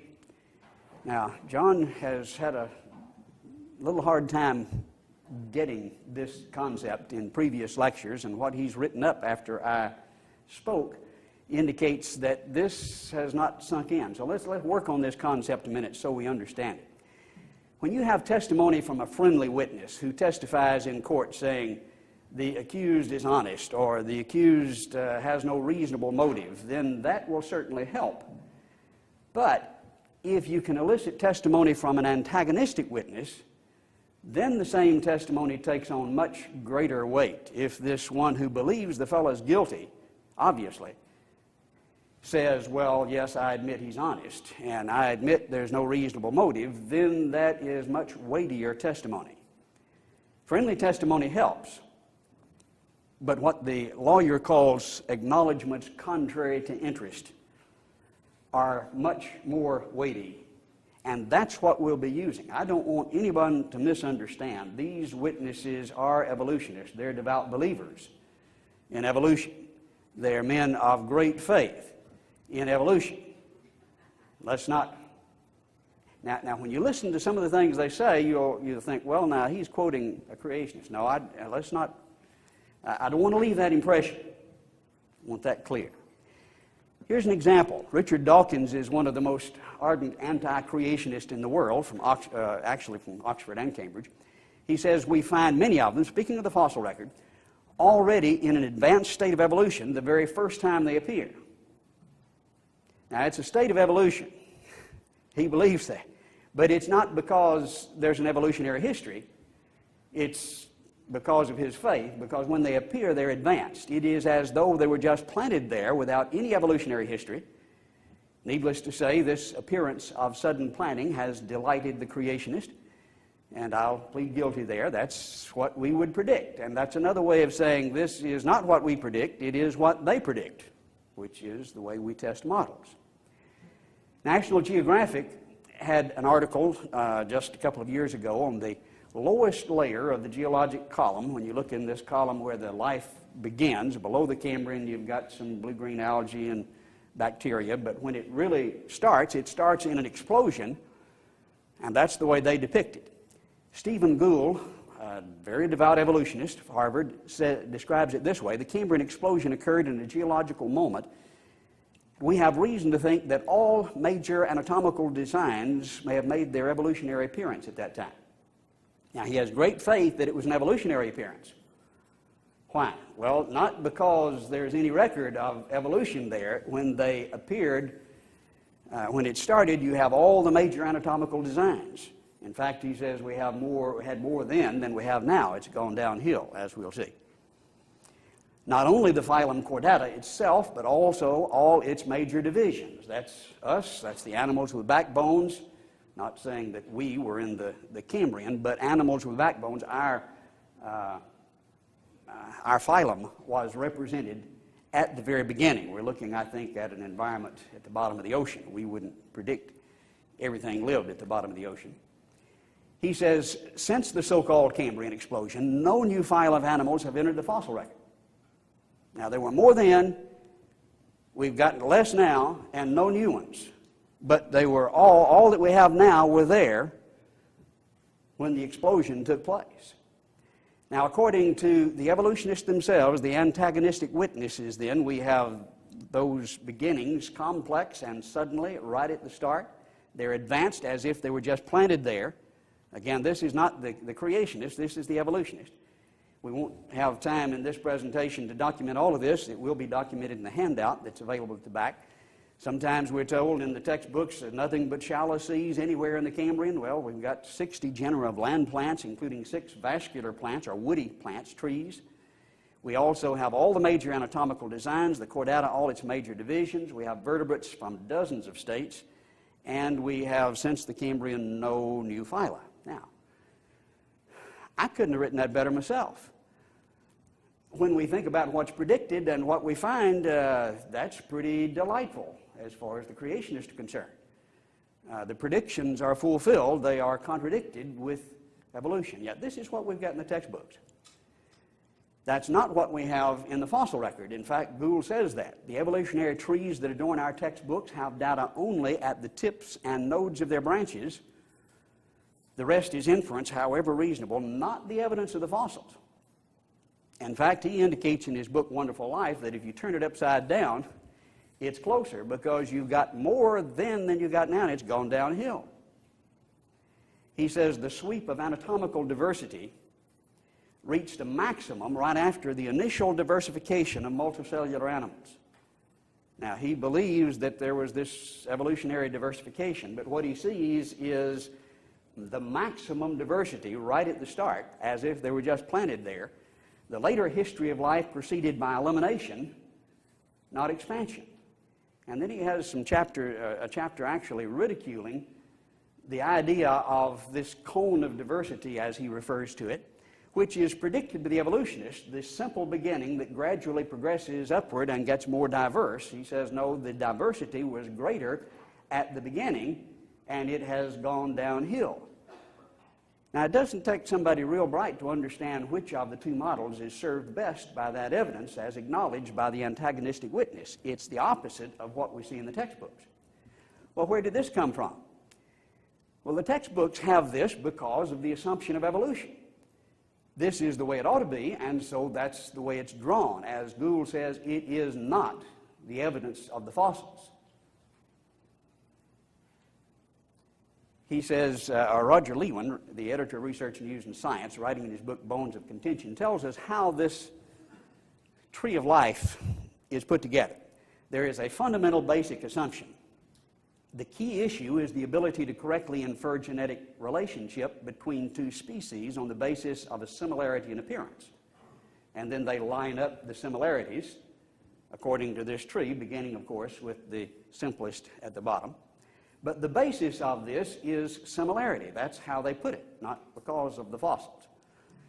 He acknowledges this is deceptive, though he believes in the system, partly because similarity of structure does not necessarily imply identical genetic heritage. A shark, which is a fish, a porpoise, which is a mammal, look similar. When we see these two fish, they look similar.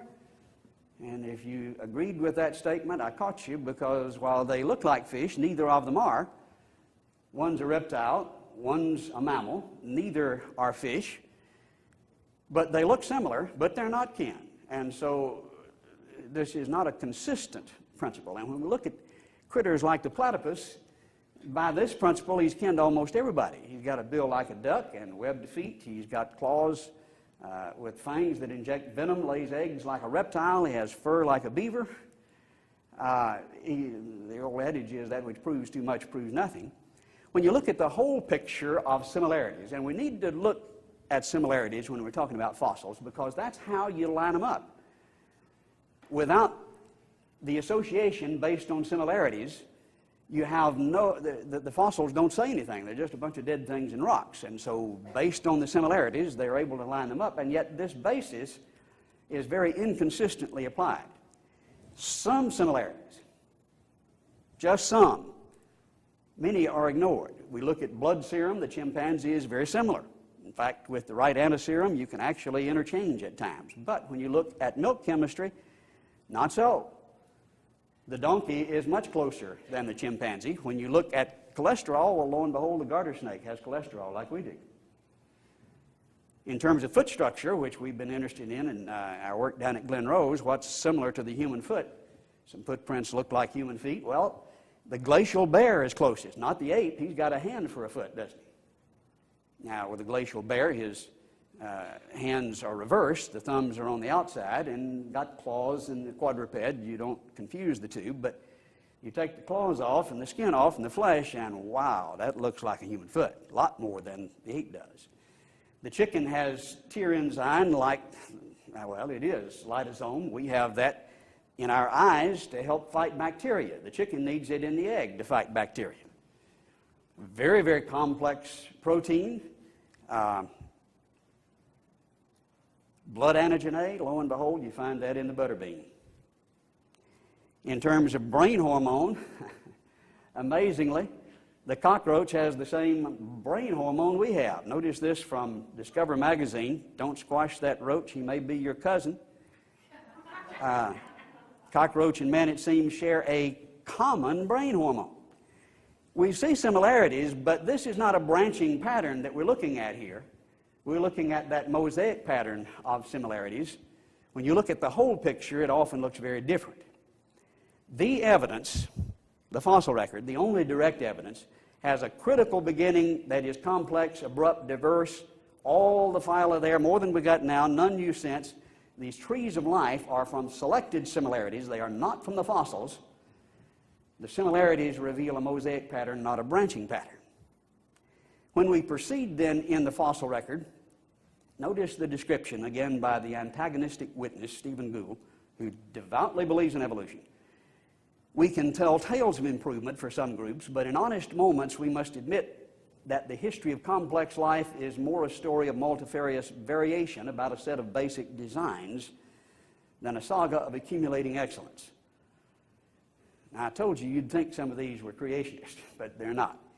He talks of designs which he doesn't believe in, but that's what it looks like, and you catch him using the term from time to time, and maybe honest moments, as he put it. This is the picture that we see rather than the progression. Darwin understood this problem. Many people think Darwin was convinced by the fossil record. From Origin of the Species, we read innumerable transitional forms must have existed, but why do we not find them embedded in countless numbers in the crust of the earth? And why is not every geological formation, every stratum full of such intermediate links? He says that's not the case. Geology assuredly does not reveal any such graduated organic chain, and this perhaps is the greatest objection which can be urged against my theory. A lot of people think that Darwin was bolstered by and encouraged by the fossil record. He studied it a great deal. No, this, he said, was the greatest problem.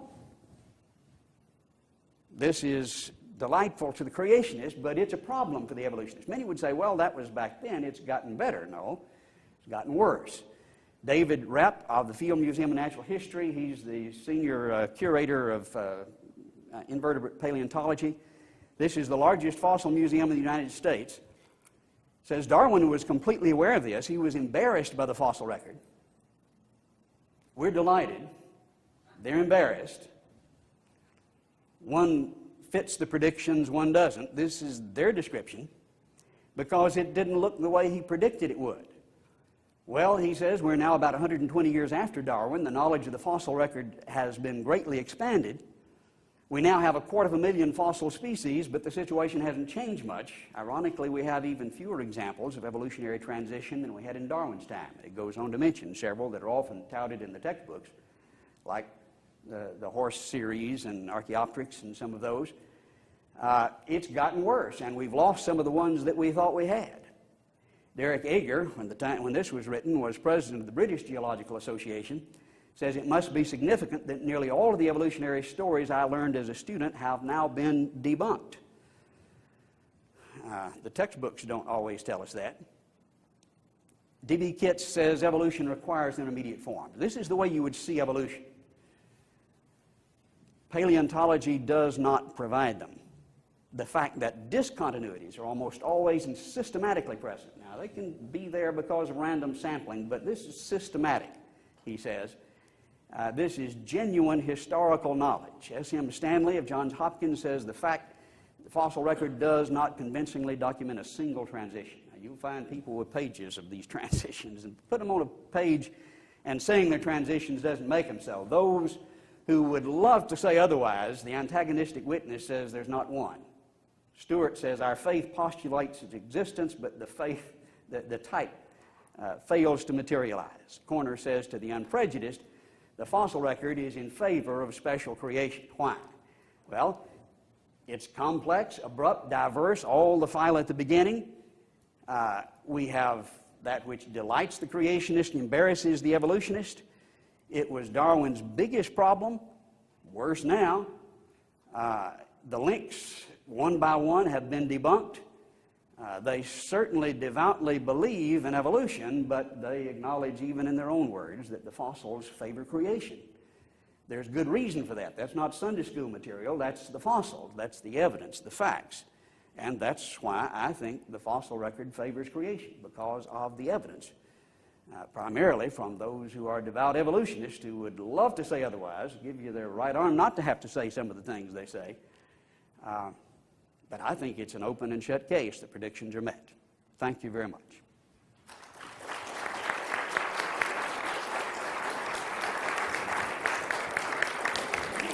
All right, thank you. And if we can just take a second to get the projectors.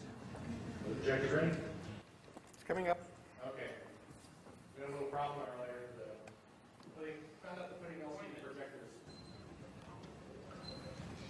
Yeah, sure. Oh, okay. We don't do it all the time.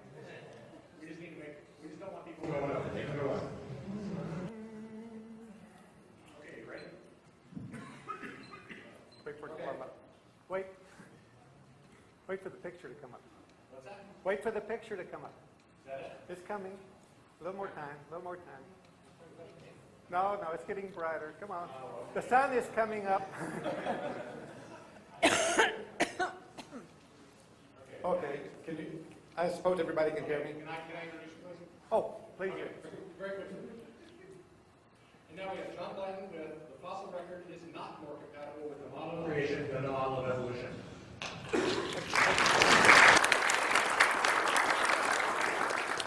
I'm John Blanton. I'm with the North Texas Skeptics, which is a local nonprofit organization. I've known Don Patton for over 10 years. I go to his meetings. I've been going since about 1989. I kind of feel like Einstein's fictitious chauffeur who chauffeured Dr. Einstein around to all these lectures. And he sat in the back of the room listening to the lectures so long that pretty soon he was able to give them himself. And I want to go ahead and tell the rest of the joke now, but I'll get into this talk. Back here at the table we have Danny Barnett. Danny Barnett will give away everything from the North Texas Skeptics is absolutely free. Danny will give you copies of the newsletter. He'll tell you how to join the North Texas Skeptics. I have brought copies of the presentation plus some all other material on CD-ROMs. I only brought about 10 CD-ROMs. You're going to have to share it, guys. Afterwards, in fact, right now, if you were to log on right now, you can get a copy of this presentation off our website. So jot this down. If you don't get a copy of the presentation on CD-ROM, you can just jot this down and log on and get a copy later on. So what I'm going to say is that the fossil record is not more compatible with the model of creation than the model of evolution. Well, what are we talking about? When we got started in this, nobody ever said, well, what is the model for creation? What is the model for evolution? We just assumed that everybody knew what this meant. We never did define the terms. It's kind of a backward way to get into a debate, but here we go. I get to define it, and I'm going to say that the creation model is a myth. It's based on the Bible. The creation model that Don talks about, that he preaches at his meetings every month, are all biblical based. First, and the second thing I'll say is there's no such thing as a model of evolution. This so-called model of evolution, once again, is just a bit of fiction. And I'm going to give you some illustrative examples. We'll go a page up. Oops. Okay, the mythical creation model is based on the Bible. And here's what it is. The earth and the whole universe were created by a supernatural person all about the same time. Problem is, there are two contradictory versions of it. If you go to Genesis 1.1 through 1.31, there's one version. You go to Genesis 2, there's another version. They don't reconcile. They tell a different story. But all of them have one thing in common, that there was a worldwide flood that accounts for the known geological formations. Here we go. Here's the Genesis myth number 1. Day 1, sky, earth, light. Well, all of you, I'm sure everybody here has read Genesis, or you probably wouldn't be in this room. So I'm not going to go ahead and read the whole thing to you.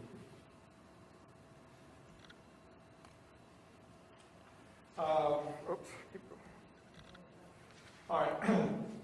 Myth number 2 is that, as you see, is different. Earth and the heavens start out as misty, then Adam, the first man on the desolate earth, then the plants, and then the animals, and then Eve, the first woman created from Adam's rib. Now, the Bible accounts for the fossil record. Really? First of all, there's no mention of continents or anything beyond about a 400-mile radius of what is now Jerusalem.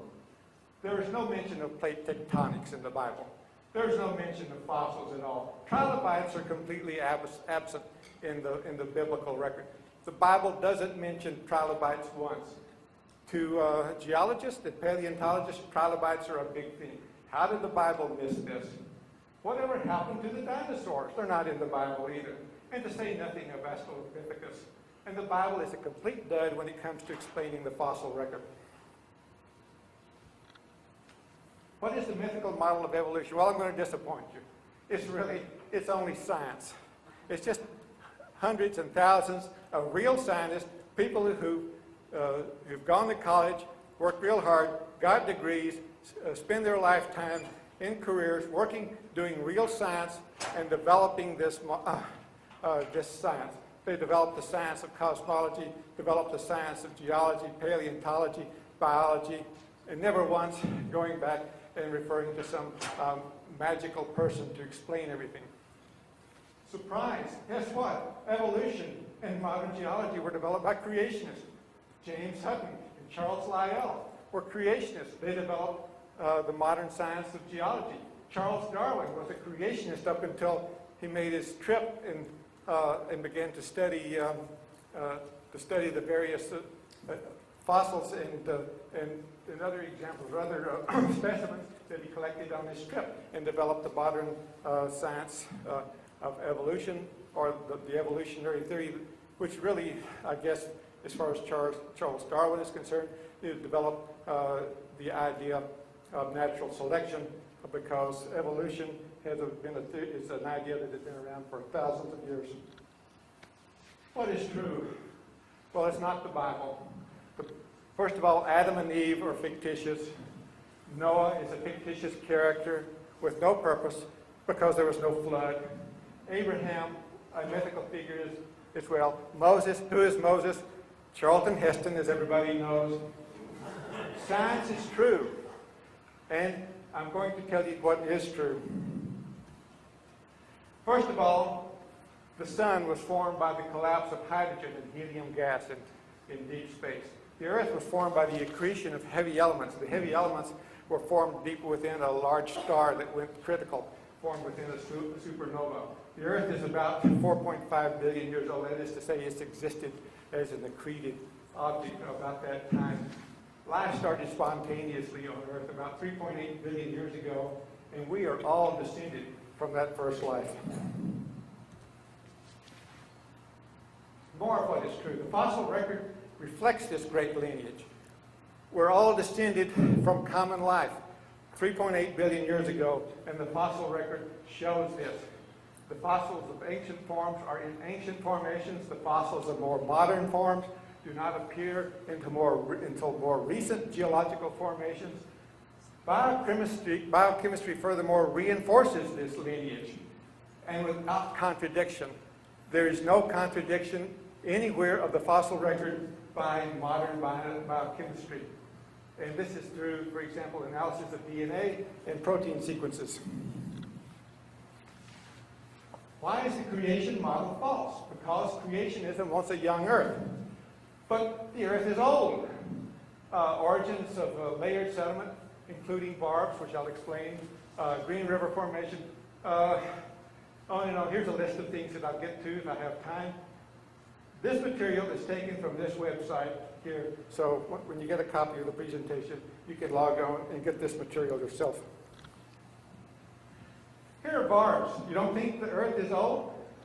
Geologists will tell you about barbs. Barbs show how early yearly dates like tree rings do. Seasonal changes within a lake, within an ancient lake, stream flowing into the lake, deposited layers of sediment, a different color for a different season. Year after year, dark, light, dark, light, dark, light, each couplet representing 1 year. Some formations show 10 million couplets. Now this isn't to say that all of these are invariably 1 year per couplet, but the ones that do stack up much more easily, much more time than the Bible will allow for. The geological record shows multiple glaciations. Once again, these are quotes from a website, and here's the reference. You have to go back and refer to this for the rest of the text. Shows the multiple glaciations, and I'll get to that. Late Ordovician tillites are sandwiched between overlying 500-meter thick marine shales and underlying sandstones and clay beds, and the 300 to 400 meter thick layer above it. The tillites range from a few meters to 200 meters thick. These tillites are soils that are produced by the glaciation process. The tillites take a long time to form. They're formed by the glaciers, and there are multiple layers of them. You're going to have to ask yourself, if the creation model is true, if all of these geological strata were formed in one great big flood, or a series of floods, or even just a number of events that are spread over a few years, or a few hundred years, or a few thousand years, they're not going to be able to account for this. Here is a diagram that I've drawn. Shows on the bottom a marine sediment. On top of the marine sediment is a glacial tillite, which was formed by a glacier. On top of that is another marine sediment. The idea of this forming during a few years, a few thousand years, especially during the time of 100 days flood, is fairly absurd. Now, I haven't shown you everything. There are cases where we have multiple stacks of this, where this goes on more than this. It shows multiple glaciation periods interspersed with periods of marine sediment. Angular unconformities. This is evidence of an old Earth, the angular unconformities. The exposure shown above the picture you just saw, is similar to what James Hutton saw. The sedimentary rocks below were formed horizontally. And then later, a tectonic event lifted them. And they tilted. And now we had all of these layers that had been horizontal at an angle. And then erosion and other forces scraped them off till the upper surface was nearly level. And a new surface formed on top of that. This is not something that you would find happening in a 100 days flood. And to make a long story short, you can read all of this.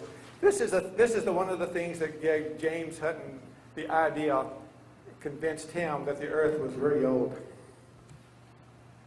His interpretation of the angular unconformity was thus a watershed in the history of geology, absolutely refuting the idea of a worldwide flood causing all of these geological formations.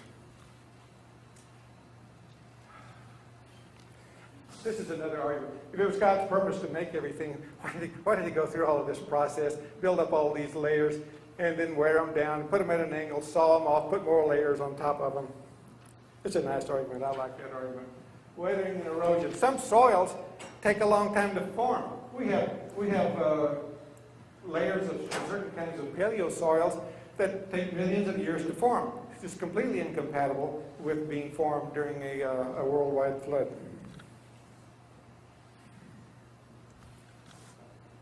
Salt deposits.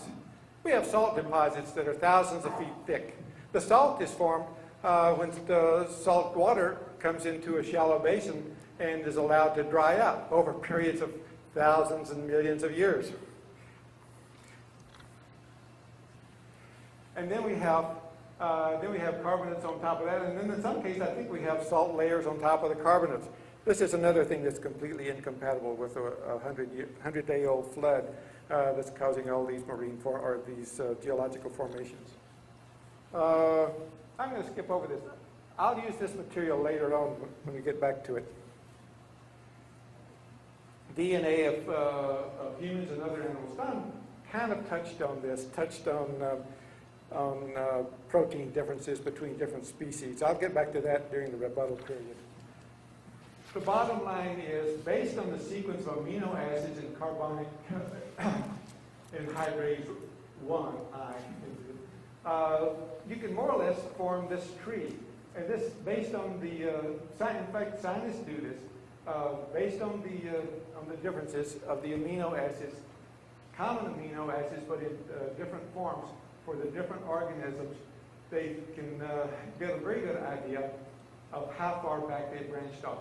Don talked about the lack of branching, and yet when we look at the biological evidence, the biochemical evidence, you see the branching. And it's not only here in the amino acid sequences, it's also in the DNA.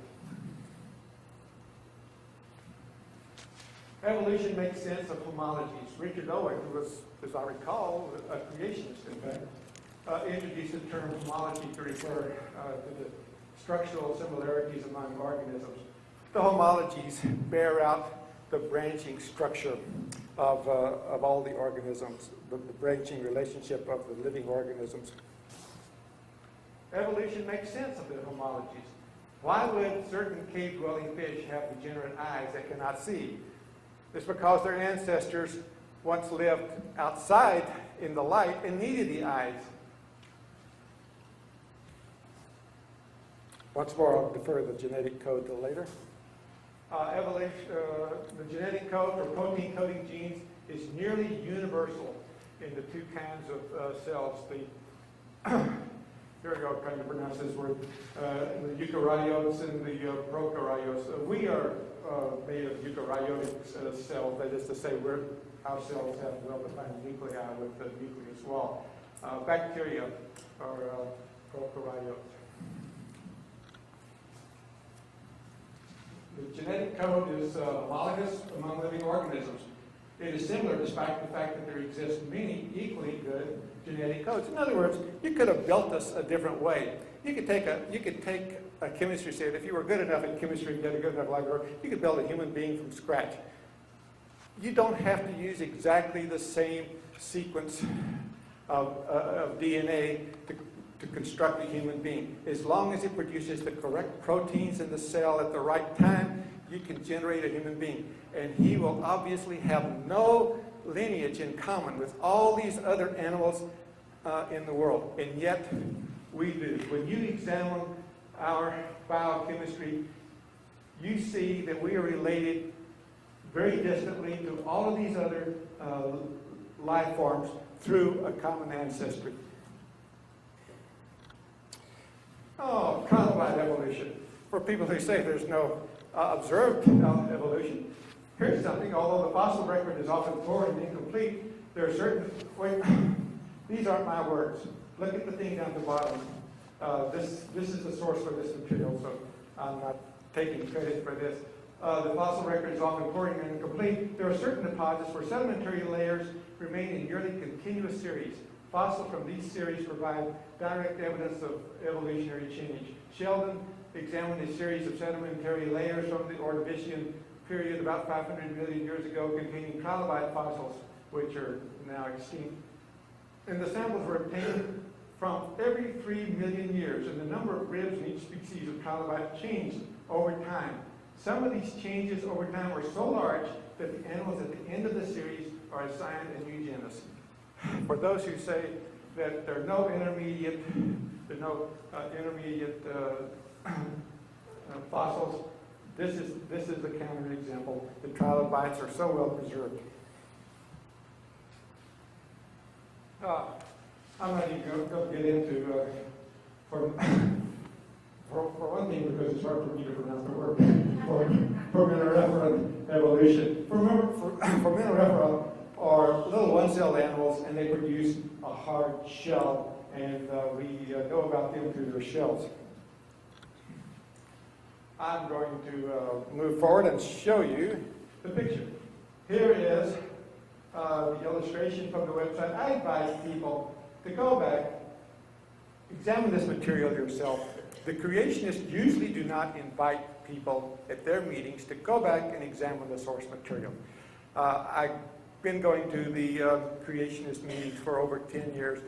I very seldom see these guys go back and examine the source material, and for good reason. Whale evolution. Oh, the evidence. Synonyms. Here's the known sequence of whale evolution from land animals to modern whales. The Synonyms, the Pakicetus, the Ambulocetus, the Rhodocetus, the Basilosaurus, and the Durodon. If I have enough time, I'll get into some of this. Here's a skull reconstruction. This was a land animal, which is thought to be an ancestor of modern whales. And there's the Pakicetus skull reconstruction, which is a later descendant along the lineage. Here is the Ambulocetus natans. I'm not familiar with that particular form. This is a reconstruction of a full skeleton. Notice the hind legs. Do whales have hind legs? Yet here's an ancestor of a whale with hind legs. The Rhodocetus, once again, still has hind legs, but if you notice that he's more adapted for swimming than he is for walking on land. There's kind of thought that this animal was not very good on land at all, and probably not. And here's another reconstruction. This is most likely this is all that they found in one particular fossil. And then here's the Basilosaurus. This is, as I understand, this is the official fossil of the state of Mississippi and the state of Alabama. There are a lot of them found in this country, in the southeastern United States. This was a completely marine animal and was very close to modern whale. I'm going to allow that scientists think that this guy has no modern descendants. Basilosaurus, many real scientists think Basilosaurus died out and did not leave any descendants, but he was along the lineage that resulted in the modern whale. And there's the Urodon. And you notice, down there below is, below the skeleton, toward the back, what are those? Those are the vestigial feet. The whale living in the ocean now no longer needs feet. Natural selection is deselecting these feet. The feet are going away. And this is what we see in modern whales today. We see an animal that supposedly was created at one time to live in the ocean, and yet for some reason he was given useless feet. These useless feet are the remnants of his ancestors. This is what he got from his land-dwelling ancestors. In fact, maybe if I have time later on, I'll get into the animal that we're pretty sure was the real ancestor of modern whales, which was an ungulate, a grazing, two-toed, or in fact two-hoofed animal. The closest relative to the modern whale that we find on land today is most likely the hippopotamus or something in that same family. So I'm going to wind this down now, and then I'll turn the talk. Oh wait, I get to do the rebuttal now. You have 15 seconds. Right? No, I get to do the rebuttal now. No.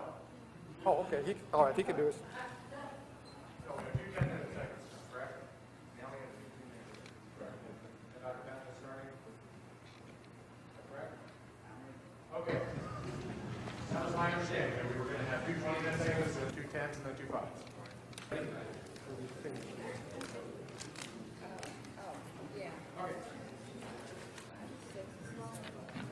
Dr. Patton. Thank you.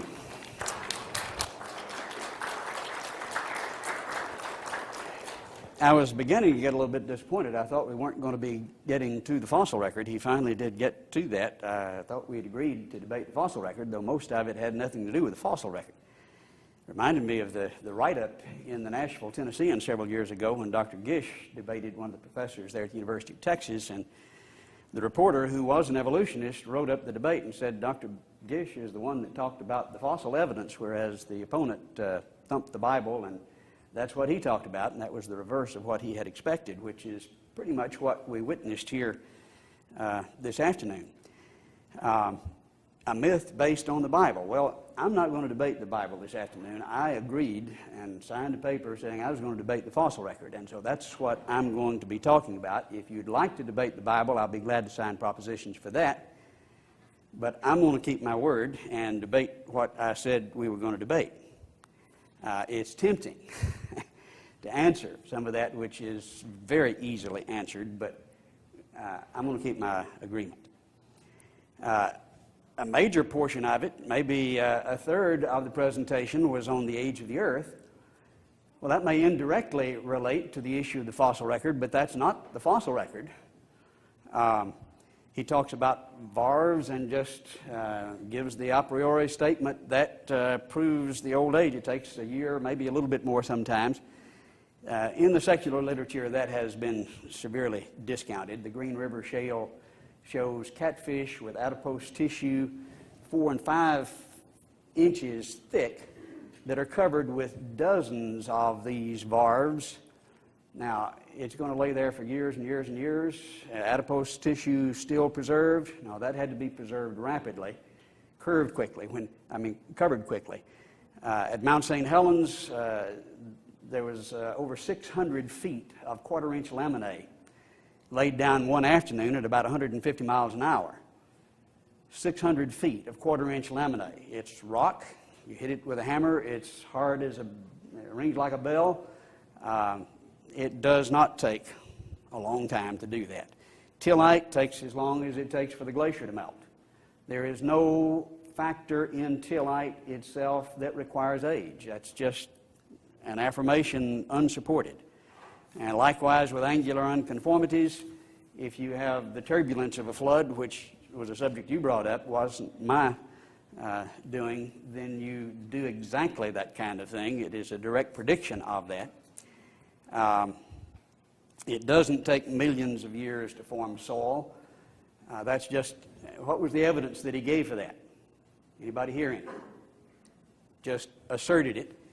A number of volcanic islands have been completely viable within 50, at least 100 years. You look at Mount St. Helens, the area that was sterile as the moonscape, as it was described, is now blossoming and blooming and doing just great. And it hasn't taken millions of years, thousands of years, hundreds of years. The soil is doing fine, though it was completely wiped away. He talked about the phylogeny of primates and says this shows evolution. Well, there's an awful lot of evolutionary assumption involved in arranging the phylogenies, and it depends on which authorities you quote to say how they line up. Now, you've got some that line them this way and some that line them that way. Colin Patterson is not a lightweight. He's curator of the largest fossil museum in the world, British Museum of Natural History. He spoke on that at the American Museum of Natural History, quoted in Science. He said the prediction is made that these phylogenies would appear out of the biochemical evidence, and the prediction is precisely falsified. You have predictions of kinship that are bizarre, that do not fit. And so that's, I just deny that that is the case. You can see some that would line up, and actually when you look at the interior structure, you see similarities. That gets back to the point we were making a moment ago. When you look at the entire picture, you see a very different thing. I want to move to similarities here for just a second, and he mentioned the chromosomes. This is not an argument he made. Well, actually, he hinted at it. Let's turn this on, Ross. This is in a number of textbooks where the argument, now again, we're not on the fossil record, but I'm following somebody who's off track. You look at the chromosome, the number of chromosomes, and it looks like evolution. You look at the whole picture, though, when you get more information, as we've gotten now. We see tobacco's got more than us. The fern has 480. The turkey has 82. We've just got 46. In terms of amount of DNA, humans have something like 3 billion base pairs. But you look at this particular plant, I won't try to pronounce it, he has 125 billion. The lungfish, 139 billion. Another plant at 160. Here's a couple of amoeba that are way off the chart in terms of amount of DNA. Well, I'm not sure that really says a whole lot about evolution, but we see arguments like that being made from time to time. Ross, just cut that.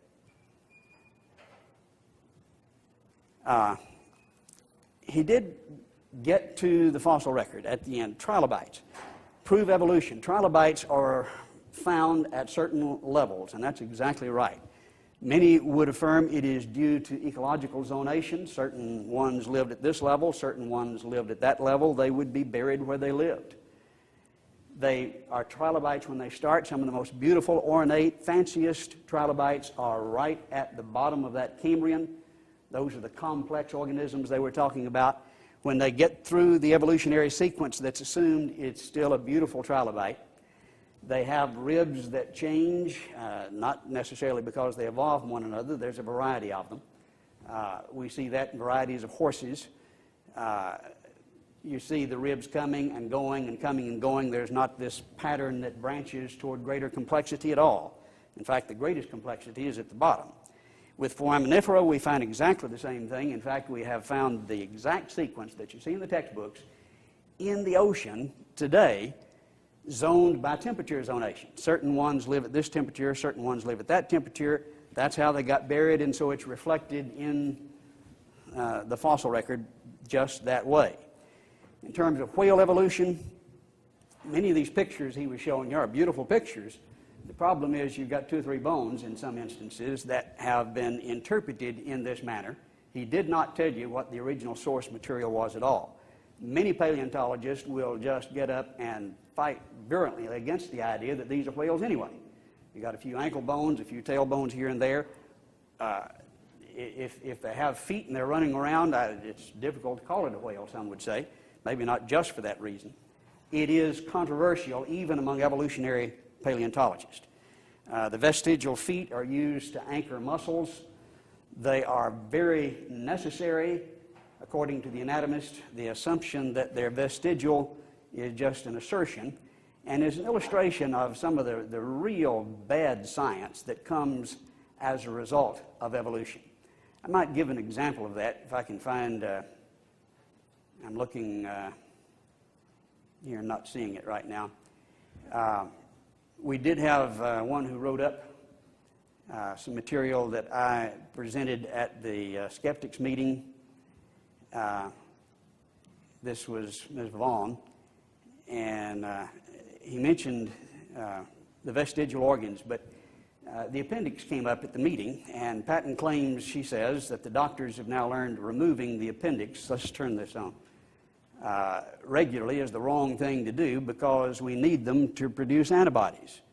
She says, first off, the appendix does not now, never has in our evolutionary past produced antibodies. It just hangs around. It's the kato-kaolin of organs, becomes inflamed. That's all it's good for. I've done medical research for 11 years. I'm at Southwestern and all of this.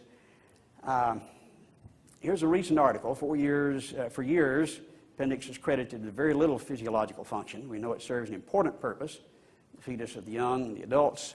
In the past, it was routinely removed during surgeries. Now the appendix is spared. And then a later article, among human adults, the appendix is now thought to be involved primarily in immune functions, shown to function as lymph node organs in the production of antibodies, which is exactly what I said. Now, I don't have 11 years of medical research, but I evidently knew more than her, then blinded by her evolutionary philosophy, which has mutilated, butchered generations because they assumed this thing was useless based on the evolutionary philosophy. That's one of the consequences. This is the way you test a model. What are the predictions? Do they come true? We predicted it would be found to be useful. They predicted it would not, and they were wrong. The Tillites, the Varves, the Trilobites, the few things that he did mention in the fossil record by no means prove his point, and most of it wasn't relevant to the fossil record at all. Thank you.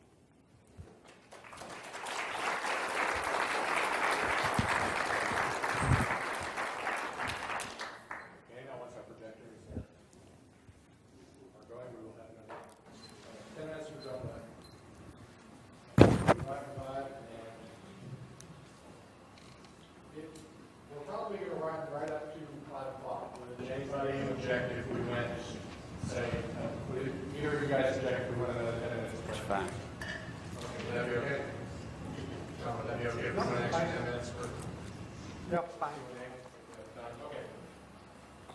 Can you hear me? All right, I'll get started. Are you ready with your projector? I'm ready. Okay. Don mentioned Stephen Jay Gould and the Cambridge explosion. He did not tell you the full story. Once again, like I said, I've been to the MEOS meetings for the last 10 or 12 years, and I see this time and time again. Tell a quick quote out of a famous book by a real scientist, someone who actually does work in the field, someone who actually has a degree in the field. And then take a quick quote out of his book, take it out of context, and put it up there, and the guy seems to be saying the opposite of what he says if you go read the rest of the book. In fact, we did that one time. Jeff Umberger and I went to the MEOS meeting a number of years ago. I think it was back in 1992. Don gave us the handouts from his talks. There were a number of quotes from these handouts. Jeff Umberger took the quotes over to the University of Texas at Dallas Library and looked up the source material. In many cases, pertinent passages had been deliberately deleted. Passages which explained that the author was saying exactly the opposite what the speaker wanted the audience to think. In one case, the most egregious example I've ever seen, 3 phrases were taken from a couple of paragraphs. They were put together in a slightly different order, not in the same sequence that the original author had placed them.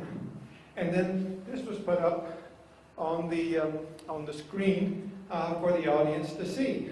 And it had the author, a real scientist, seemed to be saying the opposite of what he actually said in the full article. Now, since I cannot anticipate what the speaker will bring up at the debate, I couldn't bring all of this material, but it's all online. You have the North Texas Skeptics website. Log on. Look up our newsletters. All our newsletters back in 1987 are online. You can pull them up. You can see the original article with the original text from Don Patton's handouts, the original text from the actual source, and you can make the comparison yourself. So, if Stephen Jay Gould seems to be saying that Stephen Jay Gould, one of the biggest supporters of evolution these days, seems to be saying that evolution is a bunch of hogwash, then maybe you need to go check the original material. I have a copy of his book, Wonderful Life, which was quoted here. I cannot immediately bring up the original passage, which gives someone who uses this kind of approach a definite advantage. It's up to you people as thinking individuals to go and chase down the original material yourself, get a copy of Don's handouts, go back to the original sources, go to our website. You will see it on our website following this debate. One of the things is, golly, I wish Don hadn't done that. I didn't need that much help. He brought up Dwayne Gish's foolish business about the garter snake and the donkey milk and the butterbean. If you care to, if I don't have that on our website, I will shortly. This is very famous. They've been trying to get Dwayne Gish to retract this bit of nonsense for about the last 20 years. And he keeps, I don't know, Dwayne Gish has abandoned it entirely. It's still in his published works. Don Patton needs to dump it because it's not well supported. It's been well refuted. I'm checking my pen. How am I doing? Okay. And I encourage you to look it up. Once again, go to our website. We're a public service organization. We provide information. We go get information from real scientists, people who actually do the work. We put it on our website. We put links to it so you can go and read the original source. And I have up here just a little bit. I noticed I didn't mention the appendix. This is what in the argument in the debate is called a straw man. I'm not going to stand up and say we don't need the appendix. Maybe we do. I'm not an MD. But I didn't bring it up, and I didn't use it. You bring up something like the appendix when you don't have a very good argument. You bring up something that you can easily defeat. A straw man is really not a very good fighter. You put up a straw man and say, look, this is the enemy, and then you destroy it, which in the case of the appendix is maybe easier to do than the vestigial feet of the whale. If the vestigial feet of the whale were put there just to anchor some muscles, then why do they look like feet? Why do they have toes? Why isn't there something that functions better at anchoring the muscles than some feet that were left over from the whale's land ancestors? He says he has some real geologists and paleontologists looking at some things and saying, these are not whales. That's true. Whales are descended from things that are not whales. So what's the problem there? The preserved fish in the Green River. Once again, there's a link to that on our website. If you follow some of the material in the handouts that I gave you, you have real scientists, people who actually do work in this field, talking about the anaerobic conditions that existed on occasion, not always, that allow a specimen to be preserved long enough to be covered by several layers of yearly barbs. The chromosome count foolishness. This is easily debunked. I don't even know why Don brought this up. Any good biochemist can put this down. Obviously, there are some more primitive life forms like certain kinds of worms. There's a worm that I know, I can't remember his name exactly. He's got more chromosomes than the human being, of course. What does that say? My advice, rather than listen to a creationist lecture, go back and learn some of the material. Back in 1989, I started attending the Mios lectures. I started hearing these weird arguments. And I thought to myself, I need to learn more about this stuff. I was thinking, I was telling Jim earlier before the meeting, I need to go get a degree in geology. But then I thought, TI won't pay for that, but they will pay for a degree in physics. So I went back to school, and I got a master's degree in physics. By the question I asked to the creationists, what are you willing to do? You have these questions. Why don't you go back to school, learn some of these things that you're talking about, so you no longer talk from ignorance, get a real degree, and then put yourself, do research alongside real scientists doing real science.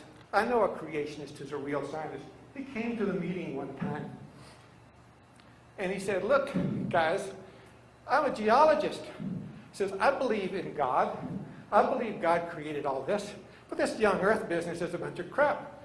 You send your kids to college, they're going to learn that all this stuff that you've been teaching them in church is a bunch of crap. One of the persons in the MEOS meeting says, well, then don't send them. And I guess that's the creationist approach to the whole thing. Thank you.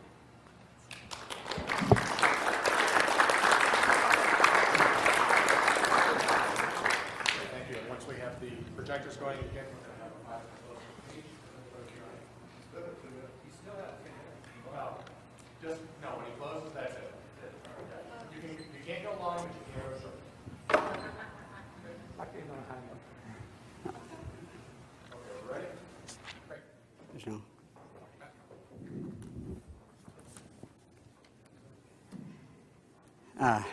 John mentions he's been going to the meetings for some time, which is, of course, true, and then writing it up, and it is online. But what he has online is disgusting. Let me show you. He just doesn't get it regarding the quotes. Here he says, and this is quoting from the newsletter online, where we have been able to cross-check the citations against the actual text, we have noted the classic out-of-context stunt is being pulled to make it appear that mainstream science supports the MEOS view. Well, I think I may have gotten him off of that in the presentation just a moment ago. These are evolutionists. They don't support the MEOS view. Absolutely not so. That's my point. I want you to know they're antagonistic witnesses. That makes their evidence, their testimony stronger. No, we are not saying that, but this is what he says we said that isn't true. He gives a specific example. Radiometric dating methods, says Don Patton, for example, are just about worthless, even according to the anti-creationist scientists such as William D. Stanfield, the author of The Science of Evolution. According to him, Stanfield said, these things are worthless. And you can get that impression from what he wrote because he gives all of the reasons why they're not that dependable, but he devoutly believes in them. He doesn't think they're worthless. In Patton's handout that he mentions, and that he mentions on the website, Patton says this, under the heading, this is my heading, Stanfield's answer, all the above methods for dating the age of the earth, and he's referring to young age methods, and he acknowledges there are a lot of reasons for a young earth.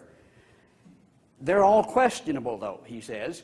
And then here's what I said about his conclusion, a method that appears to have much greater reliability for determining absolute ages of rocks is that of radiometric dating. Now, John says, he said they were worthless. What I actually said was he believed in it devoutly. He just doesn't get it. And he misrepresents, obviously, as the lady who talked about the appendix did. And of course, he brought up the vestigial organs with the whales.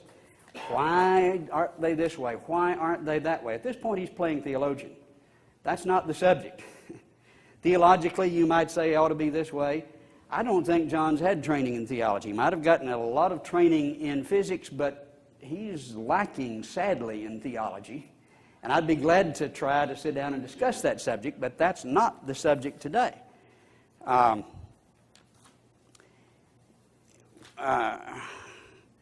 He talked about Gish needing to,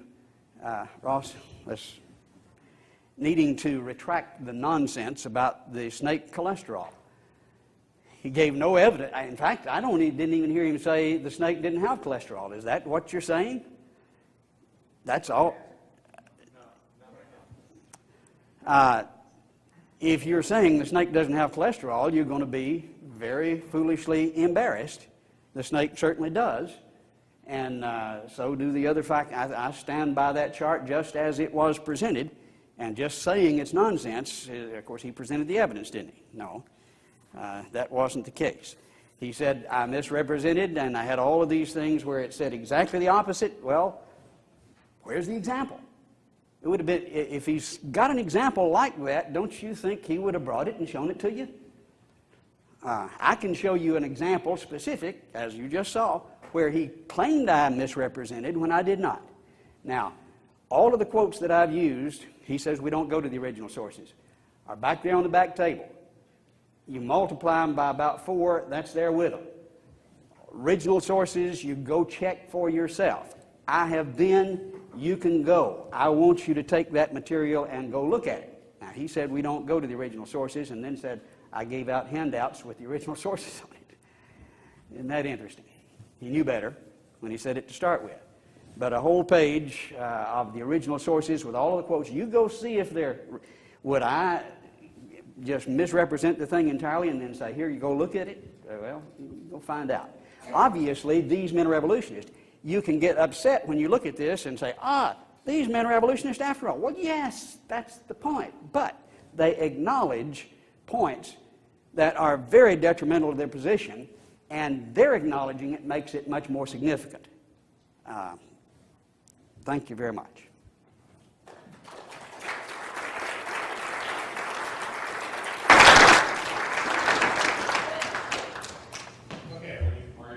Yes, I'm ready to go. Thank you, Don. 5 minutes closing, and that will conclude the debate. All right. I'll just recapitulate. I'm so happy that Don brought part of the article from our newsletter back in May of 1992. I guess if I had been a psychic, I would have brought the entire article. It would have been very interesting to read. However, you can still go read the article. I stand by what I said. I was at the meeting. Don gave the presentation. He deliberately left the audience with the opinion that the author was against evolution, against radiometric dating, when the author really was not an enemy of radiometric dating. The author was picking some fine aspects of it. He obviously had some heartburn with some cases where it's misapplied. Once again, you've got a copy of the link to the website. Please go check it out. On the website, there's an email link to me. You can send me an email right back to me in case I'm wrong. This is almost April of 2002. The thing has been out there for 10 years, and we've never gotten anyone who has had any heartburn with this. Maybe we'll get some in the future. Maybe we'll begin to get some. The deal about Dwayne Gish and the butter beans and the garter snake and the who was it who didn't have cholesterol and the cholesterol. I'll stand by that, and if I don't have a link to that on the website, we'll certainly put it. When I said that the creationists don't go back and check the original, I don't mean that Don doesn't read the original. Don reads the original. As far as I can tell, Don reads Science magazine of the American Association for the Advancement of Science, of which I'm a member and have a subscription. He reads Science News because I see many quotes from that. Don reads a lot of good science. The question is, why doesn't he put it all in his presentation? These articles are written by real scientists who've gone to school, studied hard, worked all the way through, taken all the quizzes, gone to work in the field, made it their life's work, and worked earnestly for years and compiled this information and written these items, written these articles. This is where the real science is. The real science is not found in these books that you see sold at the creationist meetings. They're not found. Real science is not found on these creationist websites. Creationists don't have any science. You'll notice we've been here since approximately a little after 3:30. Don has not put up any science that was in support of the creationist viewpoint. He's been attacking real science by quoting real scientists out of context, very little context for the entire quote. He says that we do not give our sources. I'm sorry that I can't go through and read my entire presentation from beginning to end. You have a copy of it. I've given copies on CD to Danny back here. You can get a copy of the CD for free. We don't sell anything. We're a public service organization.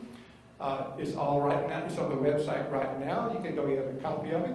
You can see all the sources, all the source material. Don has some heartburn with the paleo soils. Some very good scientists, real scientists doing real work, have determined how long it takes to form bauxite, for example, by the weathering of exposed rocks. These are very slow processes. They cannot be accelerated, and yet we have instances of this soil inside. The soil is where it was originally formed, not washed down from somewhere else, and it is many, many feet thick. All right, are we out of time? Okay. I'll just wind the dialogue down right now, and then we can get on to the question and answer period. Thank you very much for coming out.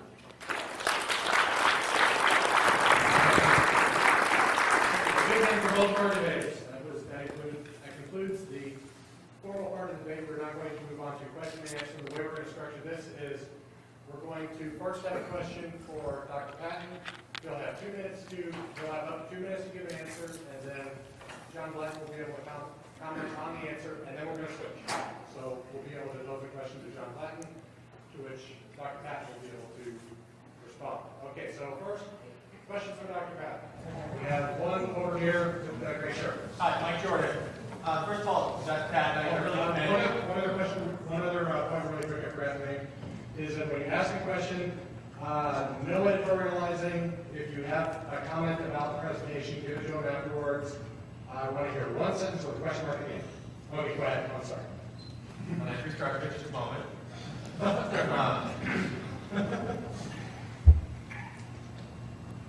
Regarding the quotes that you used from Stephen Gould, don't you think it's completely disingenuous when you avoided the fact that he was setting a stage for his punctuated equilibrium theory of explaining when he was questioning the models and the elements of the existing Darwinist theory, that what he was setting the stage for was punctuated equilibrium, in the same way that Ptolemy's original model of the universe was theorized as circular and then modified by later discovered evidence by Galileo's ellipse. So the question is, don't you think it's disingenuous for you to overlook that where he was going? Okay, I think that was loud enough that I don't need to repeat it.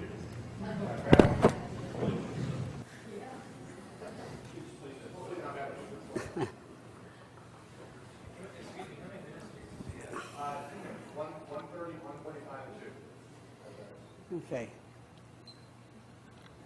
There are various ways to explain different phenomena. One could be disingenuous. One could be I didn't have enough time. I understand the frustration and somewhat agree with what you're saying. Yes, he is admitting these things because he thinks he has another answer.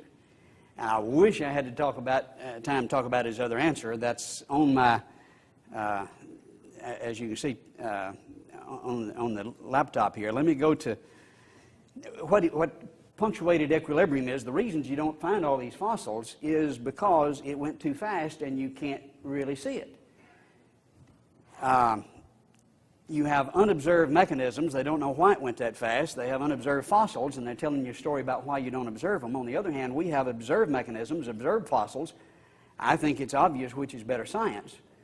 I think Colin Patterson really hit the nail on the head. He said, well, it seems that they've accepted that the fossil record doesn't give them the support they would value, so they searched around to find another model and found one. When you haven't got the evidence, you make up a story that'll fit the lack of evidence. This is not an explanation. It's a reason why you don't have the fossils, and that's not really good science. We have better science than that. But yes, that's true. He's saying these things because he thinks he has the other answer. I think the other answer is worse than the one he had to start with, as does Patterson, who's curator of the British Museum of Natural History. Okay, John Blackman, 2 minutes, up to 2 minutes to comment on. Okay, regarding Stephen Jay Gould's comments taken out of context, when you first heard, when Don gave you that line, when he gave you that presentation, you had in your mind some idea that he was trying to convey. He's a very good speaker, and he put across this idea. Think for a moment, don't answer me right now, think for a moment, what was the idea that you were getting across? Now, I'm going to go out on a limb, I'm going to guess that the idea that you saw being put to you was that Stephen Jay Gould didn't think much of evolution. Now, this is what the speaker wanted to convey. Why is he doing it this way? When we know that Stephen Jay Gould is one of the greatest champions of evolution in the public forum today. And the answer is, you've seen some quotes, some remarks taken out of context. You don't see the whole thing. You go back and read Stephen Jay Gould's life's work, and you tell me if here is a guy who finds some problem with evolution. Okay, and now a question for John Black. Anyone without a lanyard who has a question? Try to get questions in equal spirit. Okay, right there with the green shirt. Yes, in your, No, these are questions for John Black, for Dr. Patton. oh, Okay, if you have a question for Dr. Patton, you need to say it for the next round. okay. Okay, how about in the very back with the peach shirt? Okay, yeah, I have a question. You talked about the number of chromosomes, but you didn't really fully address it. Can you talk a little bit about complexity and its relationship to evolution? Is it always true that more complex organisms are considered older? Knowing absolutely nothing about biology, and nothing about paleontology, and nothing about geology, I'm going to answer that evolution does not always produce more complex organisms. Like I've said, we noted some worms that have more chromosomes than people, more base pairs than the human DNA. The human DNA is by no means the most complicated, the most extensive DNA. However, once again, we need to go back to someone who really knows about this material and ask them, read the literature, read Science magazine, even read Nature, read Scientific American, which is a nice magazine for the lay reader, and learn about this stuff. This is not something that evolution requires, is that things get more complex. Yes. I'd just say first that anybody that got the impression that I was saying Gould didn't think much of evolution is not ever going to get it. Regarding the question, are they more complex because they're older? We take the example of the trilobite, which was John's example. The trilobite is an astoundingly complex organism. This is found in abundance, in variety, great diversity, right at that lowest layer of the explosion of the Cambrian. It has eyes that are just spectacularly complex, more complex than our own. Corrected for chromatic aberration, we've only been able to do that in the last 50 years. If you buy a lens for your camera that's corrected that way, you've got to pay a whole lot more for it. This was not a simple creature. Differentiated head and tail and thorax with complex respiratory system and nervous system. That's the bottom. That's very complex. They lived on the bottom of the ocean. That's where we expect to find them, lowest, but not because they're simple.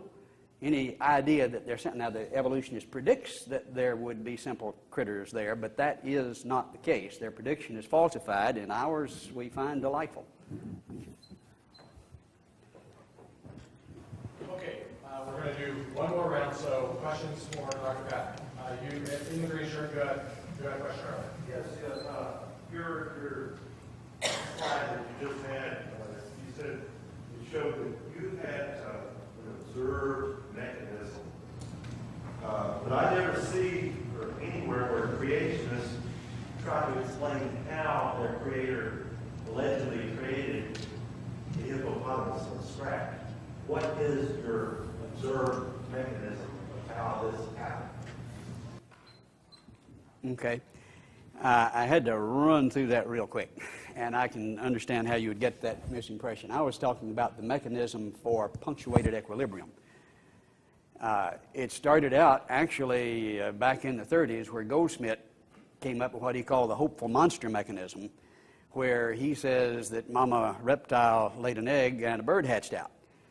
And most of the geneticists thought he was the one that laid the egg. But then Gould picked up on it and said he's going to call it punctuated equilibrium, that it just real quick went too fast. And he imagines maybe some change in the hot genes or something but it's never been observed. It's a totally unobserved mechanism to do this rapid change that's so fast you don't see it, that explains why the gaps are there. And so he has the unobserved mechanism, and he has the unobserved fossils, and explaining why they're not there, as compared to the observed mechanism that is reproducing one kind after another kind. Every time you see reproduction, you see our mechanism for reproduction. It is after its kind, and we see millions of them. We've got all kinds of examples observing that mechanism. Now, I wasn't talking about the creative mechanism, and I don't have a clue for that. Why don't they even attempt to explain how? Because it is, the implication is this is not natural. This is supernatural, because we can't get something for nothing, and yet we got something, and so it is something we don't know about. That's a logical process. Not really the subject today. That's a theological, philosophical subject. We're talking about the fossil record, hopefully. I'm sorry that Don really didn't get around to explaining the method of creation, and the reason is there isn't one. The creationists don't do science. They let the scientists go off and do science, and then they go pick at it. And there's so much science out there, so much to pick at. Don equates punctuated equilibrium with the hopeful monster. I have to ask this question. If Don is so astute, and has studied this so much, and has studied geology and biology for all this time, how come he doesn't know the real explanation for punctuated equilibrium? How come he doesn't know what it is? He doesn't know Gould's explanation. Gould and Miles Eldridge developed about 30 years ago. I mentioned before that I don't have a degree in geology. I didn't take any geology courses in school. I didn't take any biology courses when I went to college. I avoided those. So you have to ask, well, who is he to come and go against creationism? Who is he to defend science against the attack of creationism? And I say, why should it be so easy that I can do it? If someone like me just comes in off the street, background is in engineering and physics and math, why am I able to debate this? Why do the creationists make it so easy for us? Okay, one final question for Don Latin, and that'll be it. Okay, in the back with the gray shirt. I thought it might call me by name, John. I'm sorry. If evolution is false and creation is true, shouldn't there be some kind of dramatic disconfirmation of evolution, for example, by finding a house cat skeleton in the same strata as a triceratops? Why would we not find angiosperms to say a rose in the same strata as a trilobite? It seems to me that there should be something that would dramatically disconfirm evolution if in fact it is false. This is a good question. I like that. This is something that the creationists have brought up. Says, look, evolution doesn't make any predictions. It doesn't. There's no experimentation in evolution. In fact, there is.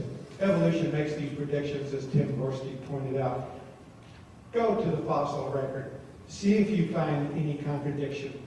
We've been looking at the fossil record seriously for over 200 years now.